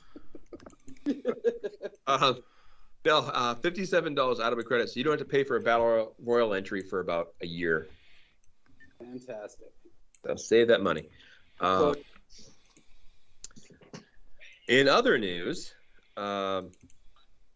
the first round of Best of the Best for the Dream Warriors. Yes. Yes, we had some huge upsets. So Nasty Critter Brian Rotten, who's been demanding a spot in this tournament for months. He's demanded his shot. He wants this spot. He did a promo about it. He faced Hercules, who whooped his ass, 496 to 492. So Hercules advances. And then it was Agent 26, former IWAR World Champion, has been itching for a chance to get that title back in his hands ever since he lost it at the Mega Match. He faced Flashy Jack Ferdinand, who whooped his ass. And now it's Flashy Jack versus Hercules in round 2. And over in the IWL side, Fiction faced Magnum TL, and Old Man Magnum TL pulled out the win to advance. Good. And then Enric Philemont faced Bulk Brogan. It was a 1-point match difference. 1 point decided this. And Aquaman, Enric Philemont, will go on to face Magnum TL. There it is. There it is. So don't forget that Sabretooth will challenge Joe Boring in the 12-14 cycle. So that's coming up. And then I forgot to mention this in the BRL part. We're bumping the first main event pay-per-view a few cycles so we can get the write-up for the year-end awards, have a couple of cycles to like decompress, and then get back into it. Let's see, best of 7 series number 8. It's Flash Jack Ferdinand versus Fiction, and when you know it, Flashy Jack wins again. He's now up 3-1. He can close it out next cycle with a win. So can Fiction scrape out another win? We'll find out. No. Here's a reminder: check out the IWAR shop for all your IWAR curtain needs.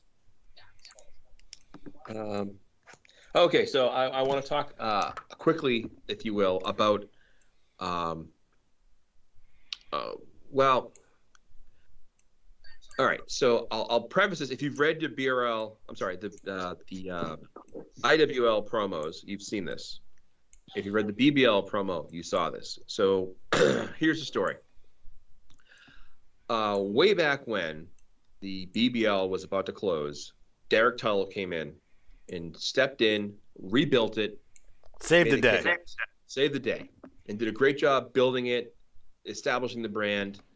And he created the UVU championship. It's kind of like their ultraviolet championship. It was part of the whole process of the Sheik One thing. It was a great angle. Now, I never got a shot at it till the very end. Barry was drafted, he was leaving, but his arch enemy, the legendary Hasbro, won the championship. So we agreed to have one match that would be like kind of happen like a special return match. And Barry won it. And this was in December of last year.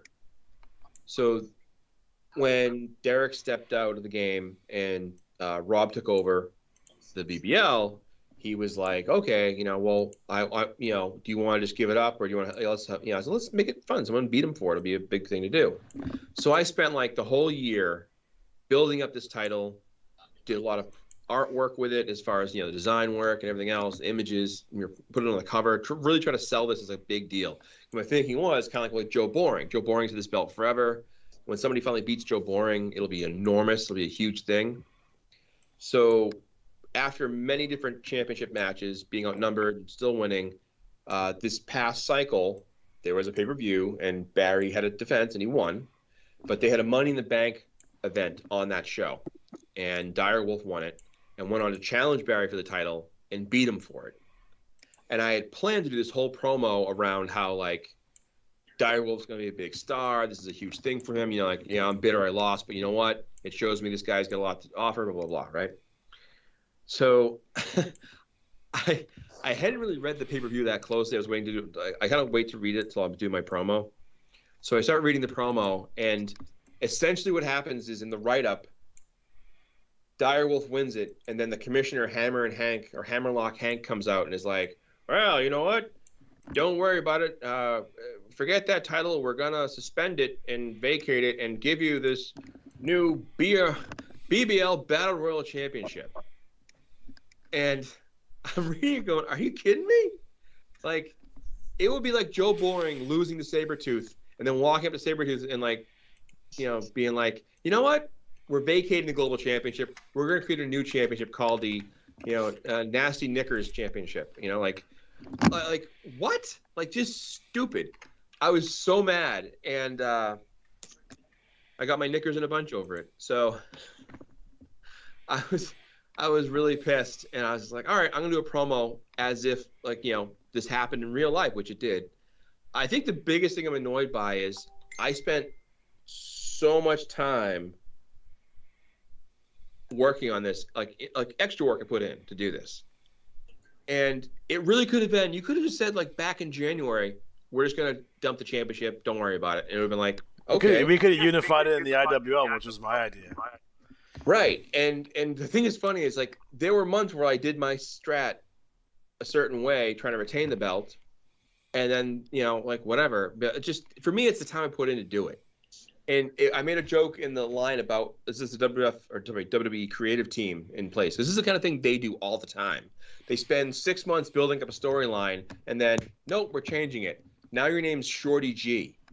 Or now you're Happy Corbin. Like, what? Or now you're what was the guy? Karrion Kross, the BDSM warrior. You're Madcap. Right. So I was just so pissed. So I wanted to kind of say, like, it's part work. Obviously, it's all in the game, but it's also frustrating because I spent so much time, like, designing stuff around this, and it's like I spend, like, not a lot of time doing design work, but if I put in, like, 3 or 4 hours a month, probably maybe more if I get really into it, like, depending how much work people give me to do, designing these wrestlers that we use for the game. So I was pretty pissed off. So I wanted to kind of convey that, like, not cool at all. Like, I get it. You want to, like, have things, but, like, you could have taken this and run with it and build this up as, like, okay, well, here's the new championship, whatever. Nope, not happening, I guess. So that was me venting. There it is. Yeah. So. Boo. Yeah, boo. A little. This is a strategy talk show or whatever. I want to talk about the one. When you let your kids, like the BBL, go off into the world, like they leave the IWAR, you can't control their every move. Well, I wouldn't have minded if I got more of a heads up. I say, like, 8 months ago. It's just those things, like, I always say too, like, when players, like when Alex took over the NWL and wanted to, like, do all those things, go for it. When Jake stepped in, go for it. Like, never be afraid of changing things up and making things fine. But for me, it goes to the time spent investing in a storyline. Like, if I don't know, if the next month, Alex, like, we're just banning the RX, we're going to be called a new stable called Meta. We're all part of Meta now. Anyways. That might happen. What? That might happen. I know. Jeff Zuckerberg comes out and has a Revolution Extreme shirt on. He's bought out Don King. All the billionaires are going into space. We're going into inner space, into old school, play-by-mail wrestling. Experiences. Oh, bloody hell. Let's see, what are we up to now? Oh, reminder, the Imaginemania entries are due this coming cycle, so if you want to be in the IWA Imaginemania O Canada contest, and win some kind of random territory? Nope. There it is. I wrote Cobra down. Oh, I'm like, why did I write Cobra down? Alex, I'm sure you'll be happy to know that there's a rewatchables on Cobra, the movie with Sylvester Stallone. Oh yeah. It's a good listen. It is. They talk a lot about behind the scenes stuff. I didn't realize the guy who played the psycho killer in it was like a theatrically trained actor. They'll talk about how that was supposed to be Beverly Hills Cop. They do. It's a very good one. It's really fun to listen. Tim Clark says that he won 47 at 17 because Monsters of Mayhem, Donnie Bloodstone is his. Oh, well, let me check here. Let me see.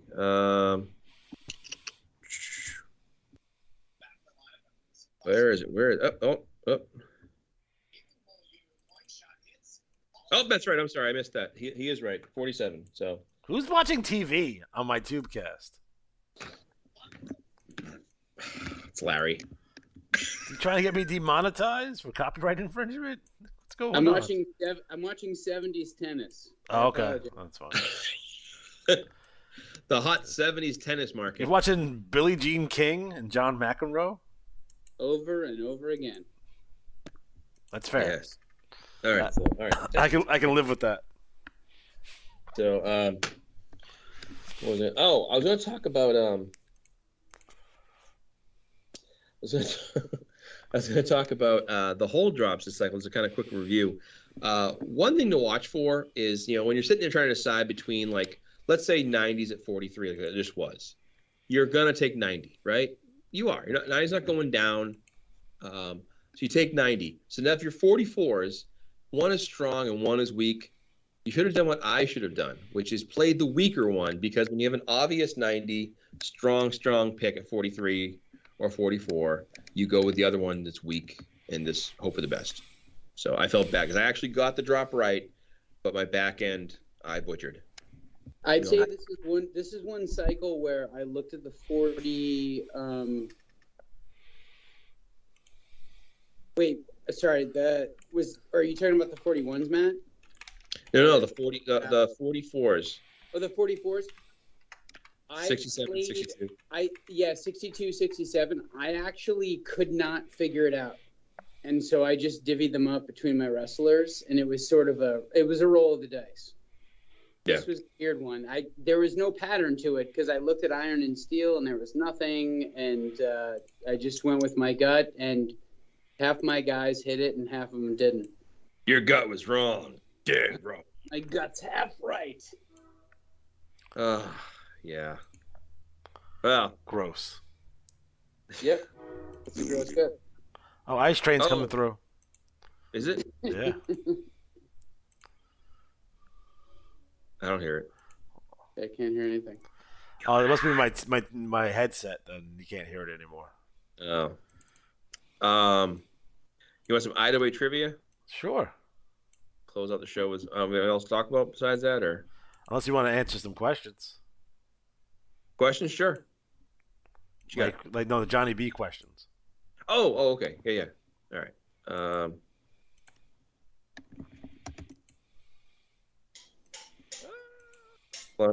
All right. I'll save some for the next show too, but yeah. I'll get a couple here.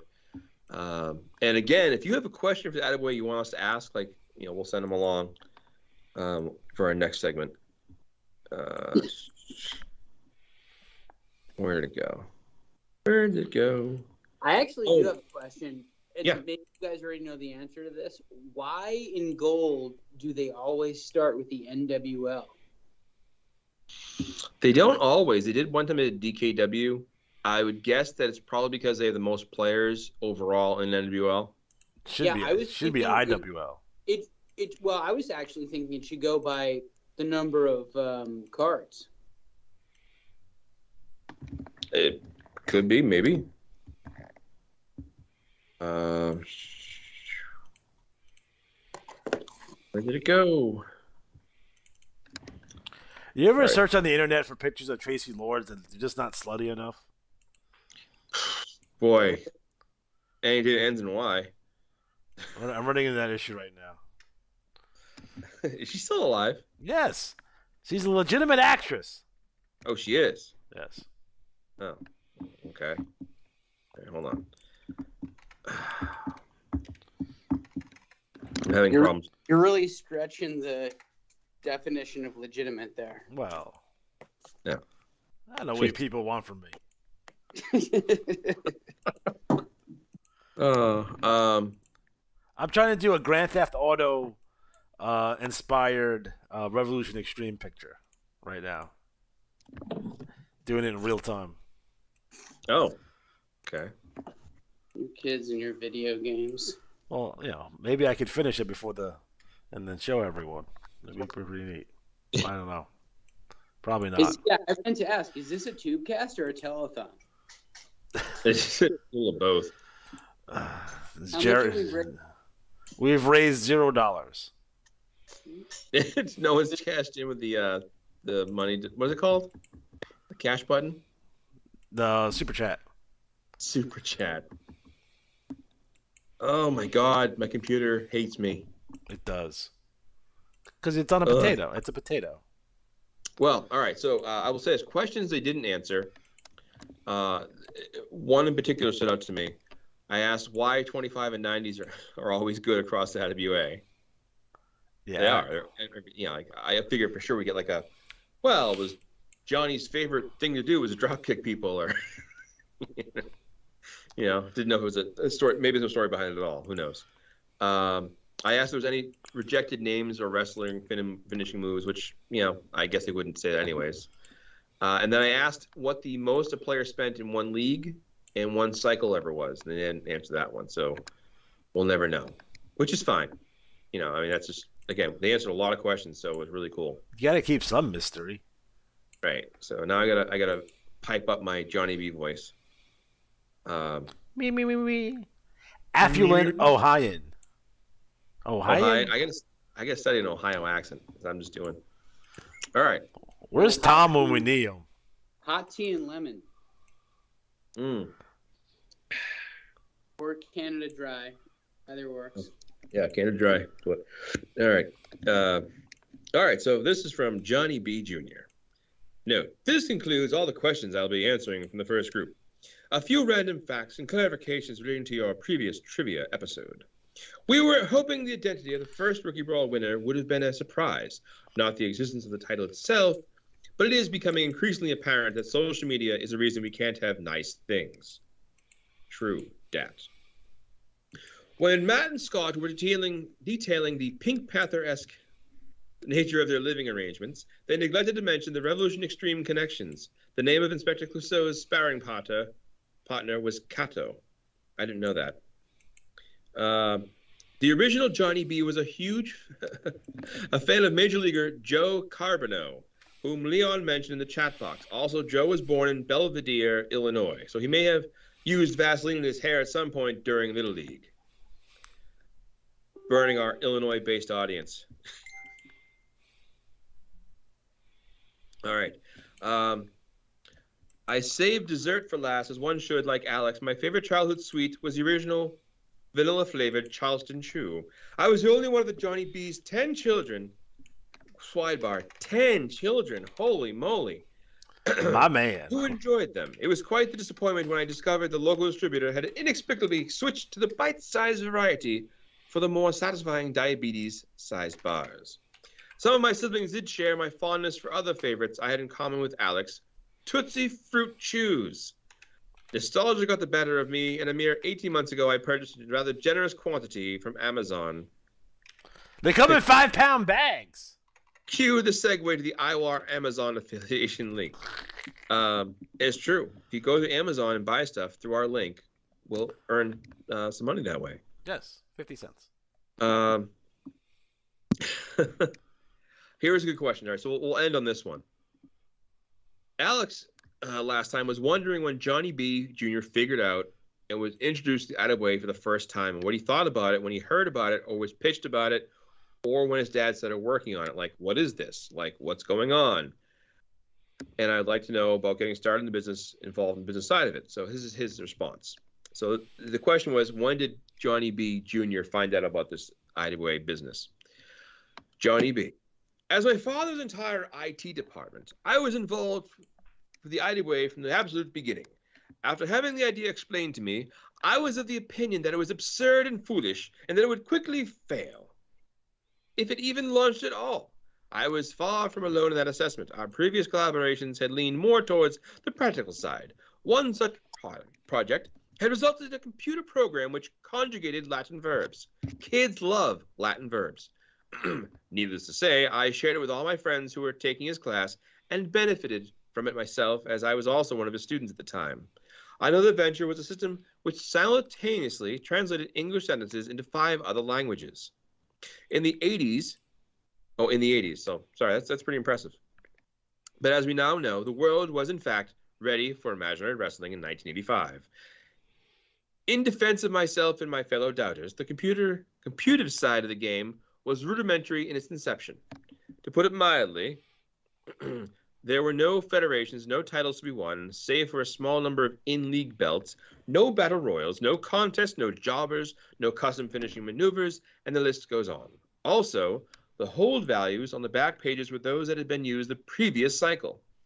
If my father had any idea that the creative writing aspect would hold such appeal as is now evident, he didn't communicate it very effectively. Thus, he was relegated to being the sole believer in his vision. I've already shared the story wherein he had meant to order 500 printed envelopes and instead received 5,000. So I'll now present new information of a more technical nature. Though Alex stated his theory in jest, the IWA's first computer system was indeed the mighty Commodore 64. The monitor was a small color television. Each wrestler was stored on a separate file floppy disk, and since the disk format had a maximum of 144 files, it would have been awkward to place more than that number of wrestlers in a single league. The matches were entered by typing in the names of the participants, more accurately, up to 16 letters each, which was yet another Commodore-imposed limitation. As if that weren't archaic enough, the operating system did not afford an easy method of viewing the list of files on a disk, requiring the user to erase the current program from memory to do so. Therefore, every single time my father wanted to view a league's roster to discover the reason an entry was being repeatedly rejected, he would have to type in an arcane command, wait, peruse the file listing to ascertain that Luther Alexander was actually spelled with an O and not an E. Then type the command to reload the IWA program, wait for the notoriously slow disk drive once more, then at long last continue his work. A printer was a luxury, well beyond the reach of our lowly teacher's salary. Sorry. So after the program displayed that match outcome, he would dutifully hammer out a copy on the screen contents on his manual typewriter. Speaking of manual tasks, tracking win-loss records and title changes was done by hand, as was determining the rankings. That system was in use for far longer than I care to remember. Even more incredible is that he never learned to type properly. His left forefinger was eternally poised at the ready above the shift key. He relied on his right forefinger to strike all remaining keys. He spent a good portion of his 70 years typing in that manner. His speed was acceptable on a typewriter, and the technique did produce more consistent output on a non-electric model such as his, since every key was struck with roughly the same amount of force, but it certainly left something to be desired once he graduated to a word processor. One of my many brothers still types using only his forefingers, as our father did, but splits the keys between them more evenly. So, to cover that, the IWA used to be really, really, really old school. It's funny to think about, like, I had a Commodore 64, I had a VIC 128. To think about that was, that's the thing, like, personal home computers.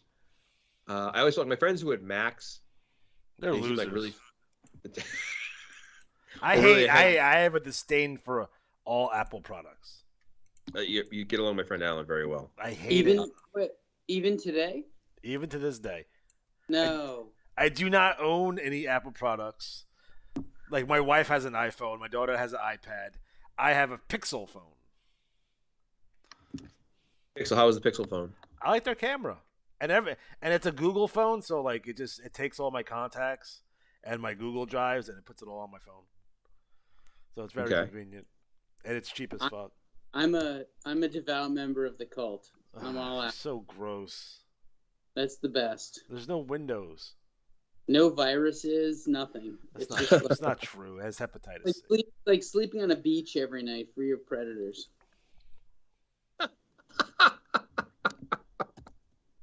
Nice. It's ridiculous. Well, this has been an informative. We'll do more question and answers in the future. Yeah. As But I would we have a couple, and as we get more, you know. I would just, if you have a question, send it to us. I have a couple of questions that I've added to the new list. We're always looking to have more fun. Subpoenas are welcome. Yes. Did you say penises? Did. I heard it. All right, guys. So it looks like we are officially out of time. So for everyone on the show, because I don't remember everyone is on the show. Well, yeah, Aaron and Jeff, Luke, Larry, Matt, and myself, JFK Jr. JFK Jr. Have a good night.